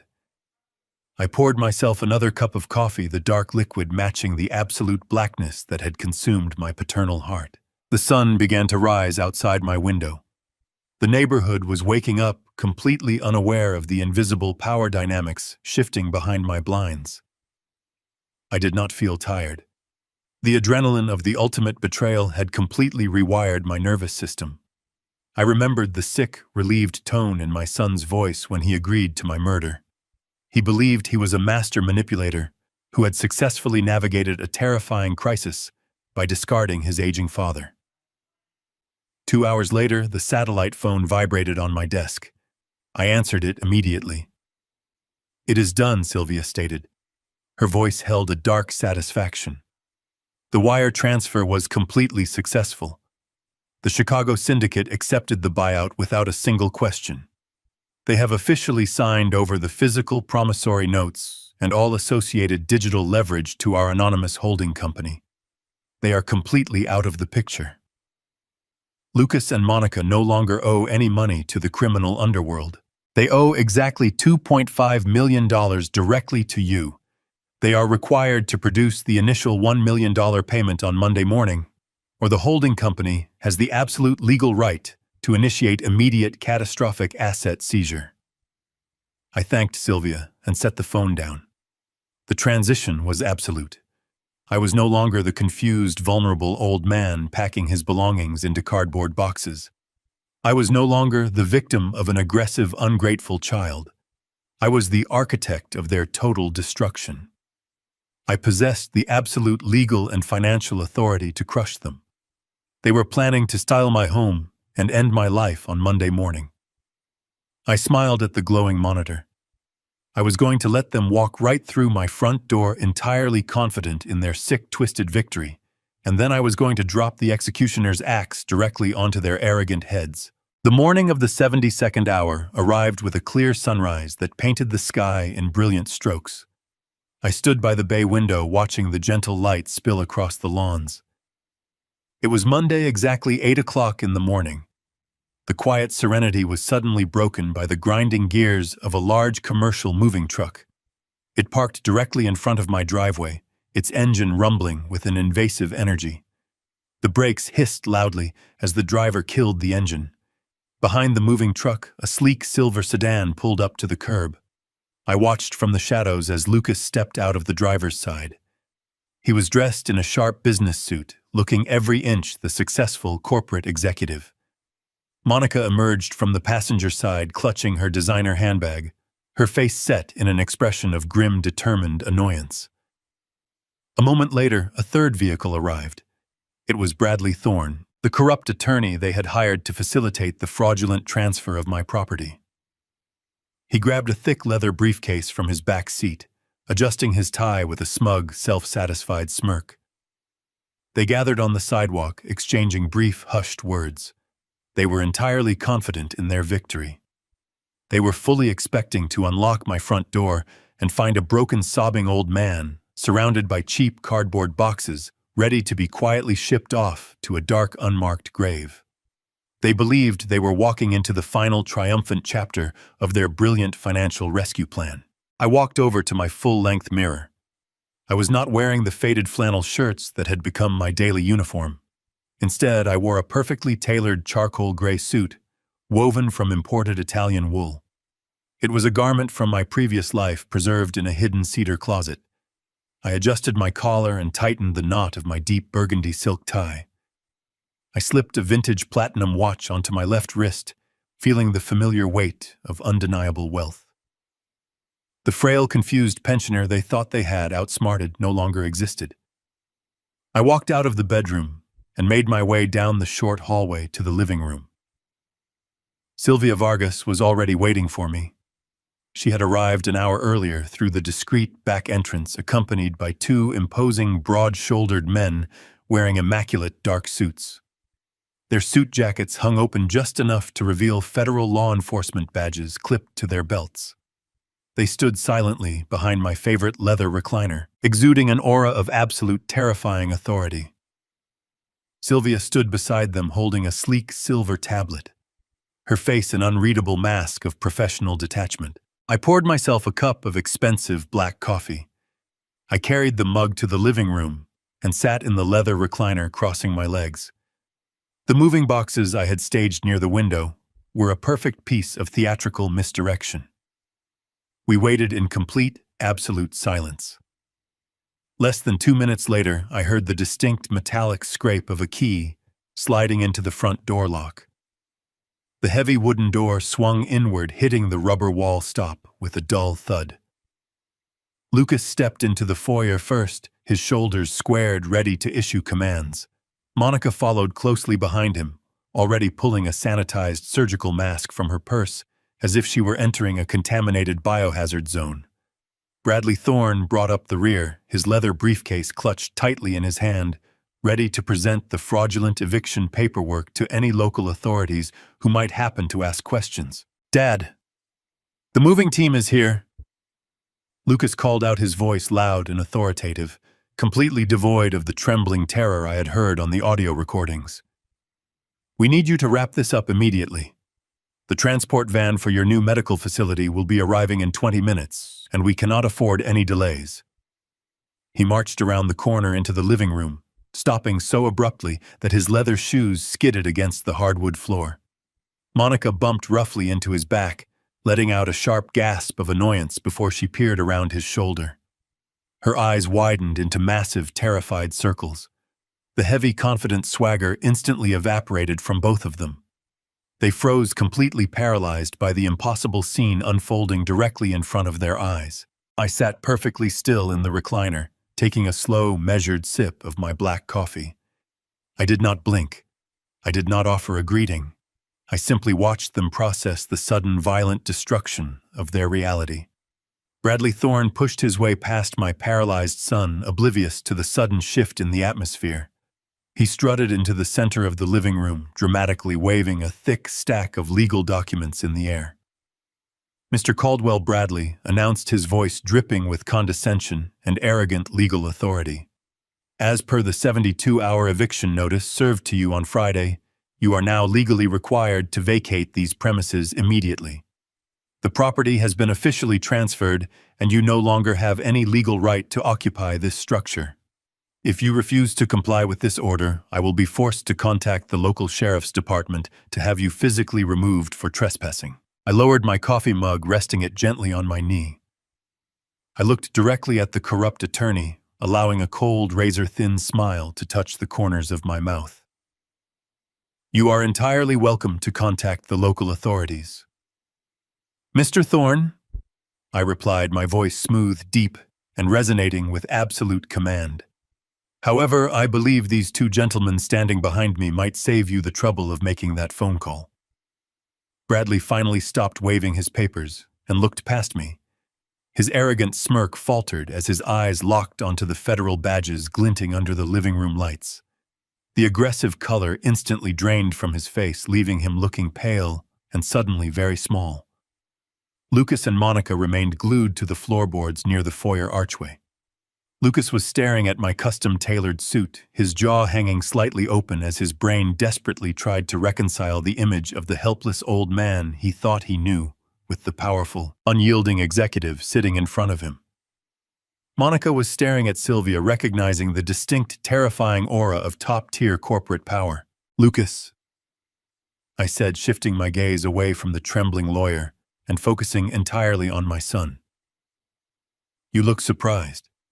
Did you truly believe I would spend my final days sitting quietly in a dark, unlicensed warehouse near the Mexican border? Did you honestly think I would simply allow you to drug me into an early grave so you could collect a $5 million life insurance payout? Lucas staggered backward as if he had been physically struck in the chest.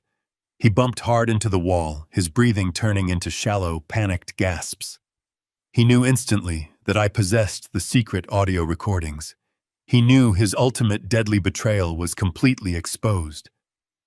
Monica began to violently shake her designer handbag, slipping from her grasp and hitting the floor. You have precisely 10 seconds to fully explain yourselves, I stated coldly, ending the charade. The silence stretched into a deep, suffocating void. Lucas opened his mouth to speak, but the words died in his throat, completely paralyzed by the sheer terrifying magnitude of his catastrophic miscalculation. Monica took a hesitant step backward, pressing herself flat against the drywall, as if she could miraculously merge with the architecture and disappear completely from sight. But my immediate focus was not on my treacherous son. My cold, calculating eyes locked onto the third member of their raiding party. I slowly turned my head and looked directly at the corrupt attorney Bradley Thorne, the man who had gleefully facilitated this entire deadly nightmare. The arrogant smirk that had plastered his face moments ago melted away, replaced by the pale sheen of absolute terror. He looked wildly at the federal badges, then down at the eviction papers trembling in his hand, rapidly realizing that he had just walked willingly into a devastating legal meat grinder. I reached into the breast pocket of my suit jacket and pulled out a folded manila envelope. I tossed it onto the glass coffee table separating us. The package landed with a sharp smack against the glass, a sudden noise that made all three of them flinch. I did not need 10 seconds to hear your fabricated excuses. I continued, my voice steady and echoing with the unyielding authority of a judge handing down a terminal sentence. I already know exactly what you have done. Mr. Thorne, let us begin with your contribution to this conspiracy. You drafted the fraudulent power of attorney. You filed the illegal property transfer. You notarized the documents declaring me incompetent and transferring the absolute rights of my residence directly to my son. You stamped those papers with your state-issued seal, legally certifying that I sat in your downtown office last Tuesday afternoon and willingly signed away my earthly estate. I gestured toward the envelope resting on the glass surface. Open it, Bradley. I want you to look at the meticulous work my associates compiled over the past 24 hours. Bradley swallowed hard, his Adam's apple bobbing visibly above his tightened silk tie. He took a shaking step forward and reached his trembling hand down for the envelope. His sweating fingers fumbled with the metal clasp before he pulled out the contents. He stared blindly at the scattered high-resolution photographs and the meticulously organized stacks of printed digital data. Those are certified flight manifests, GPS, tracking coordinates, and date-stamped photographs from a private fishing charter located in Juneau, Alaska.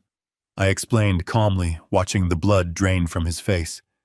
Specifically, they are the undeniable records of the official notary public, whose personal signature and state seal you conveniently borrowed for your fraudulent eviction notice. The man who supposedly witnessed my signature last Tuesday was actually sitting on a boat 3,000 miles away, entirely out of cellular range, completely oblivious to the fact that you were actively using his stolen credentials. Bradley staggered backward, as if the glossy photographs were coated in acid. The thick papers slipped from his grip, violently scattering across the expensive living room carpet. "You see, Bradley, you made a catastrophic tactical error," I said, leaning forward in my leather chair, letting my gaze bore directly into his panicked eyes. "You assumed you were dealing with a frightened pensioner who completely lacked the financial resources to legally verify your fraudulent paperwork. You assumed you could fast-track an illegal property seizure because nobody would bother to check the bureaucratic details of a standard elder care transition. But forging a notary seal to seamlessly facilitate the illegal seizure of a physical asset is not just a minor ethical violation. It is a highly punishable federal crime. When combined with the unauthorized wire transfer of my pension funds that you helped facilitate to cover your illicit fees, you have crossed the permanent threshold into massive federal wire fraud. Furthermore, because of my advanced age, your actions fall under the jurisdiction of severe elder abuse statutes.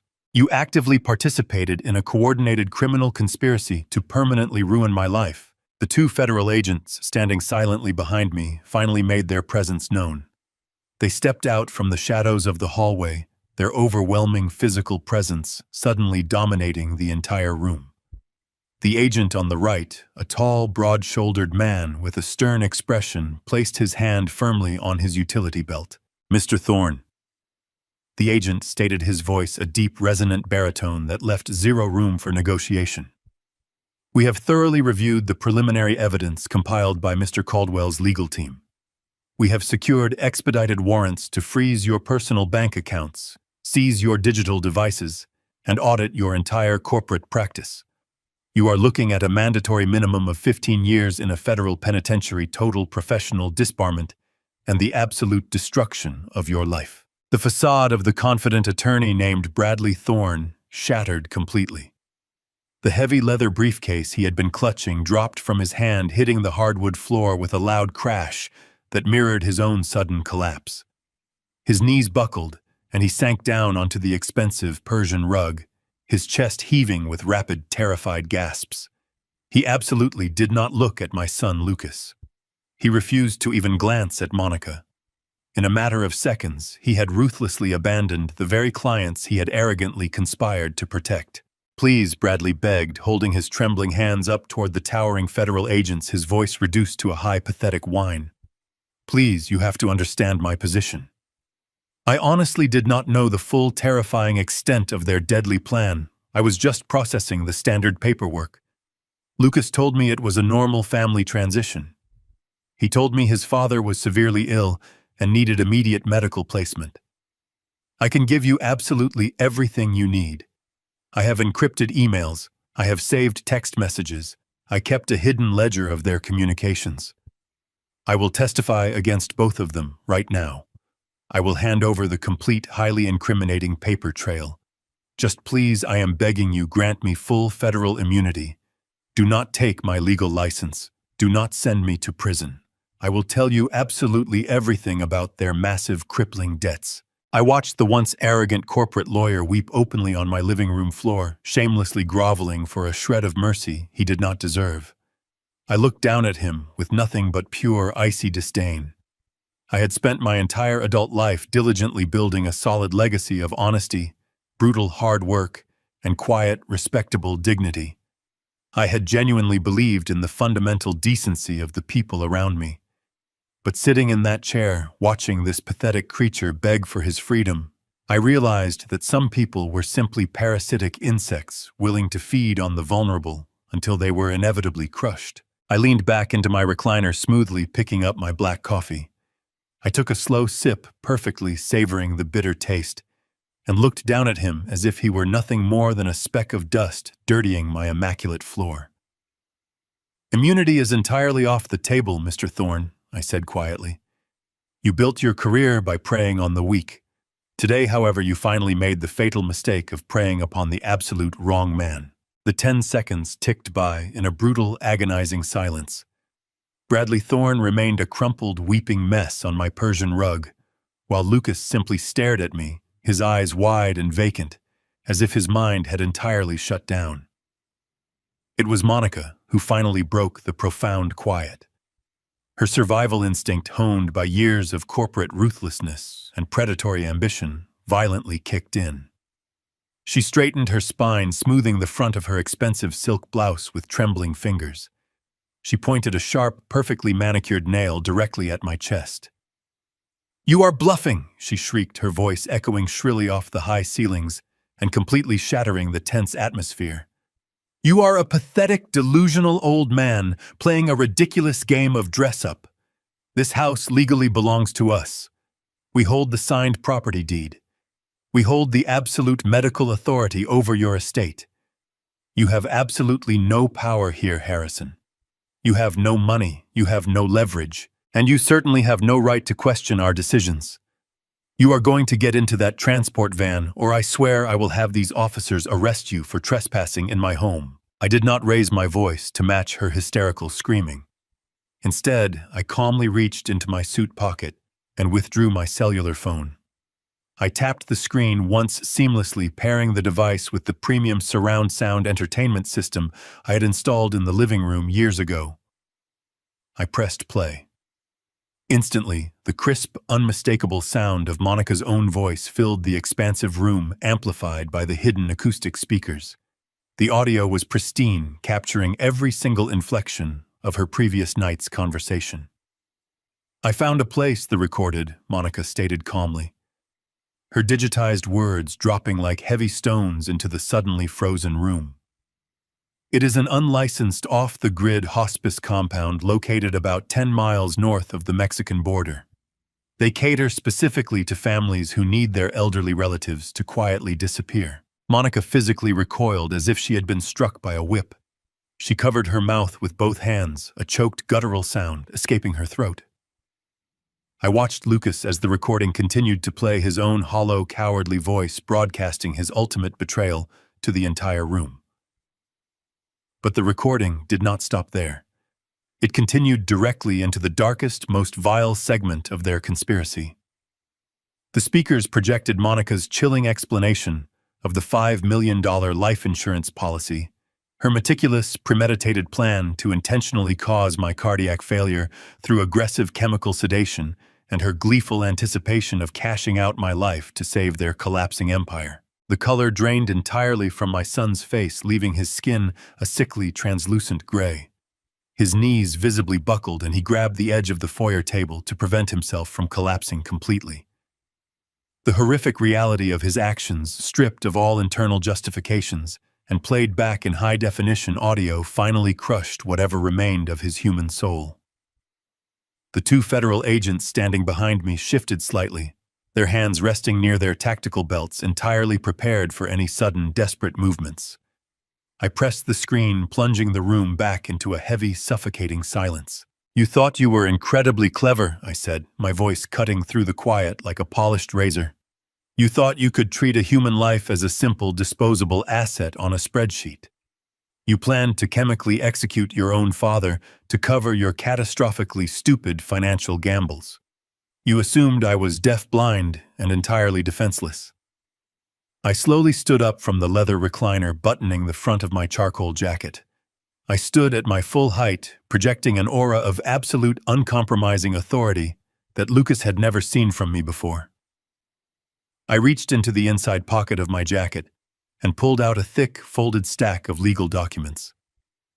I walked slowly across the Persian rug, stepping carefully around the weeping form of Bradley Thorne, until I stood just a few feet away from my trembling son. You tried to brutally murder me to pay off a $2.5 million debt. I stated my words precise and utterly devoid of mercy. You forged documents, you hired corrupt lawyers, and you planned to toss my body into an unmarked grave to satisfy the violent demands of a Chicago lending syndicate.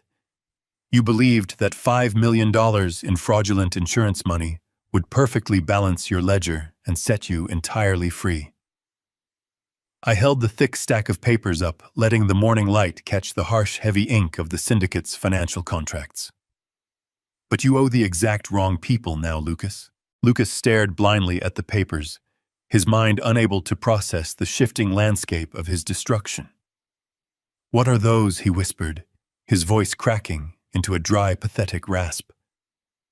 These are the original promissory notes, I explained, tossing the heavy documents onto the glass coffee table where they landed with a definitive final thud.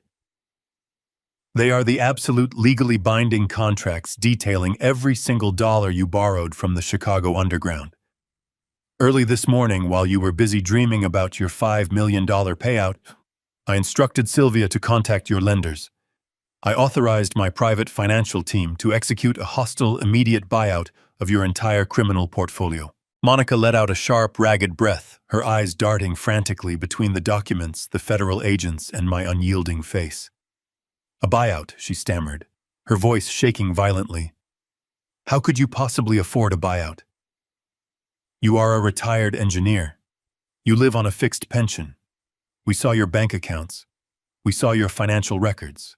You saw the extremely limited financial profile I purposefully curated for public consumption. I corrected her, turning my cold gaze toward her pale, terrified face. You saw the modest accounts I used to pay for groceries and property taxes. What you did not see, and what your arrogant, superficial greed prevented you from ever discovering, was the massive generational wealth I have quietly managed for decades. I am the sole primary beneficiary of a $90 million corporate trust fund. I have access to capital and resources that you cannot even begin to comprehend. Lucas let out a small, wounded noise, completely overwhelmed by the sheer, devastating magnitude of his mistake. He had traded his father's life and his eternal soul for pennies, completely unaware that he was standing on top of a mountain of gold. I used a microscopic fraction of my wealth to satisfy the Chicago syndicate.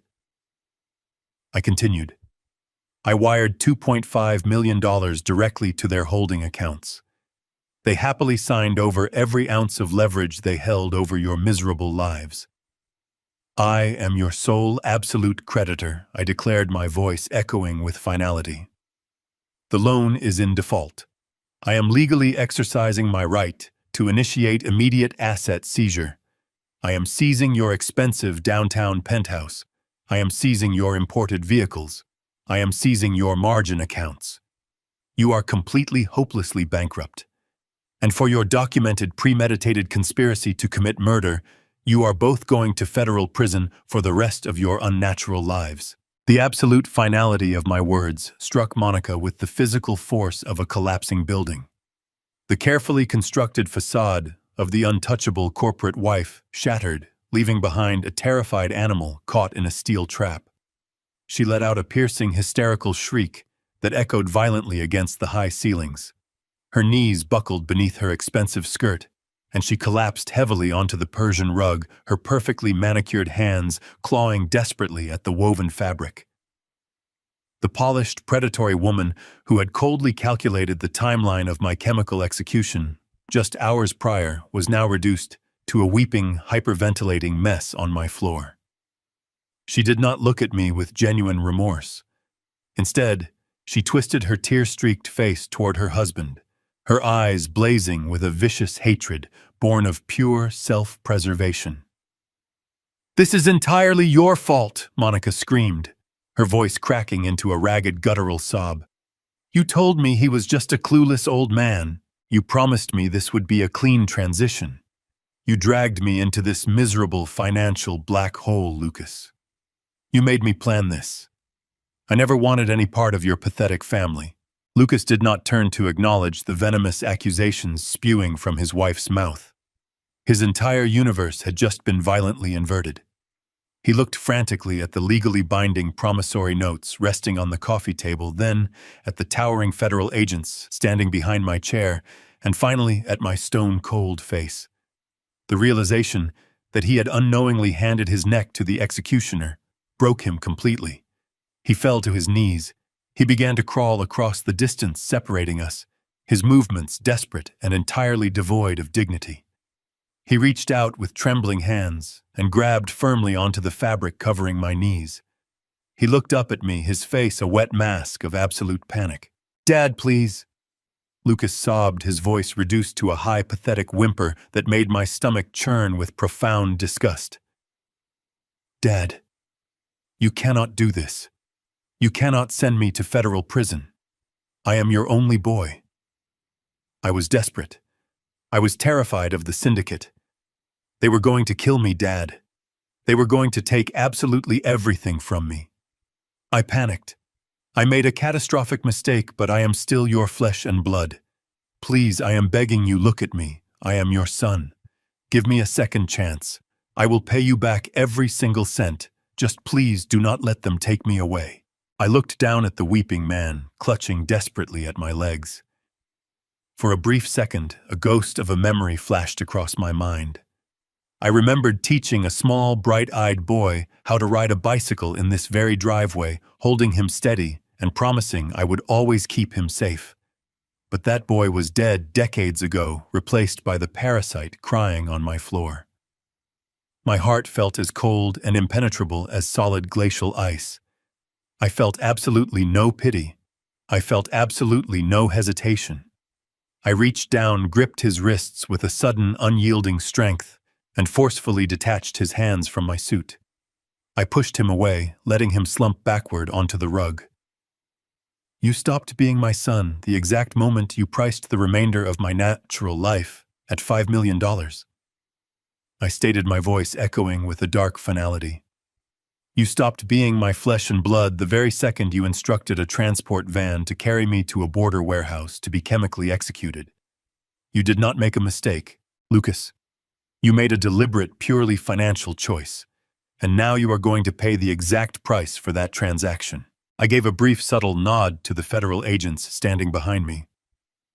The two tall men stepped forward seamlessly, moving with the terrifying efficiency of federal law enforcement. The agent on the left grabbed Lucas by his tailored collar, hauling him roughly to his feet while smoothly sweeping his arms behind his back. The heavy click of steel handcuffs ratcheting tightly shut echoed sharply through the living room. The second agent approached Monica, ignoring her hysterical thrashing, and firmly secured her wrists in cold steel. Bradley Thorne, still sobbing quietly in the corner, was hauled upward by a third agent who had just entered the foyer, completely securing the treacherous trio. I did not stay to watch them read the formal Miranda rights. I slowly stood up from my leather recliner, taking one final steadying breath. I reached down and calmly buttoned the front of my charcoal gray suit jacket. I turned my back on the ruined remnants of my former family and walked smoothly toward the front door. Sylvia Vargas stepped aside to let me pass, a rare smile of profound professional respect touching her mouth. She fell into step beside me as we exited the house. I walked into the bright morning sunlight. The neighborhood was quiet, entirely indifferent to the massive drama that had just concluded behind my front door. I walked past the large moving truck parked at the curb. The two burly movers hired to empty my house were leaning against the metal bumper, smoking cigarettes and looking deeply confused by the sudden swarm of federal vehicles blocking the street. I did not offer them a single glance. I continued walking with my head held high, my posture straight, and my dignity completely restored. A black town car was idling smoothly near the driveway. The driver scrambled to open the door as I approached. I slid into the luxurious leather interior, inhaling the rich scent of the upholstery. Sylvia climbed into the seat beside me, pulling out her silver tablet to begin untangling the remaining financial wreckage of my former son's broken corporate empire. I looked out the tinted window one final time, gazing at the modest house where I had lived for over 30 years. It held zero sentimental value for me now. It was nothing more than an empty wooden box purged of the toxic parasites who had secretly plotted to drain my life away. The driver engaged the transmission, and the heavy town car glided away from the curb. I left my old house firmly behind, driving confidently toward a brand new life, finally completely free. Family is often described as our safest harbor, but blood alone does not guarantee loyalty. True respect is earned through integrity, not entitlement. When greed overshadows love, even the closest bonds can rot from the inside out. My son believed my age made me weak, and my silence made me foolish. He mistook paternal patience for blind ignorance. The absolute hardest lesson I ever learned was that you cannot save someone actively trying to destroy you. Sometimes stepping away and letting them face the brutal consequences of their own actions is the only way to protect your peace. If my story resonated with you, please hit the like button and subscribe to the channel. Have you ever faced a shocking betrayal from someone you trusted implicitly? Share your experiences in the comments below. I read every single one. Thank you and stay strong.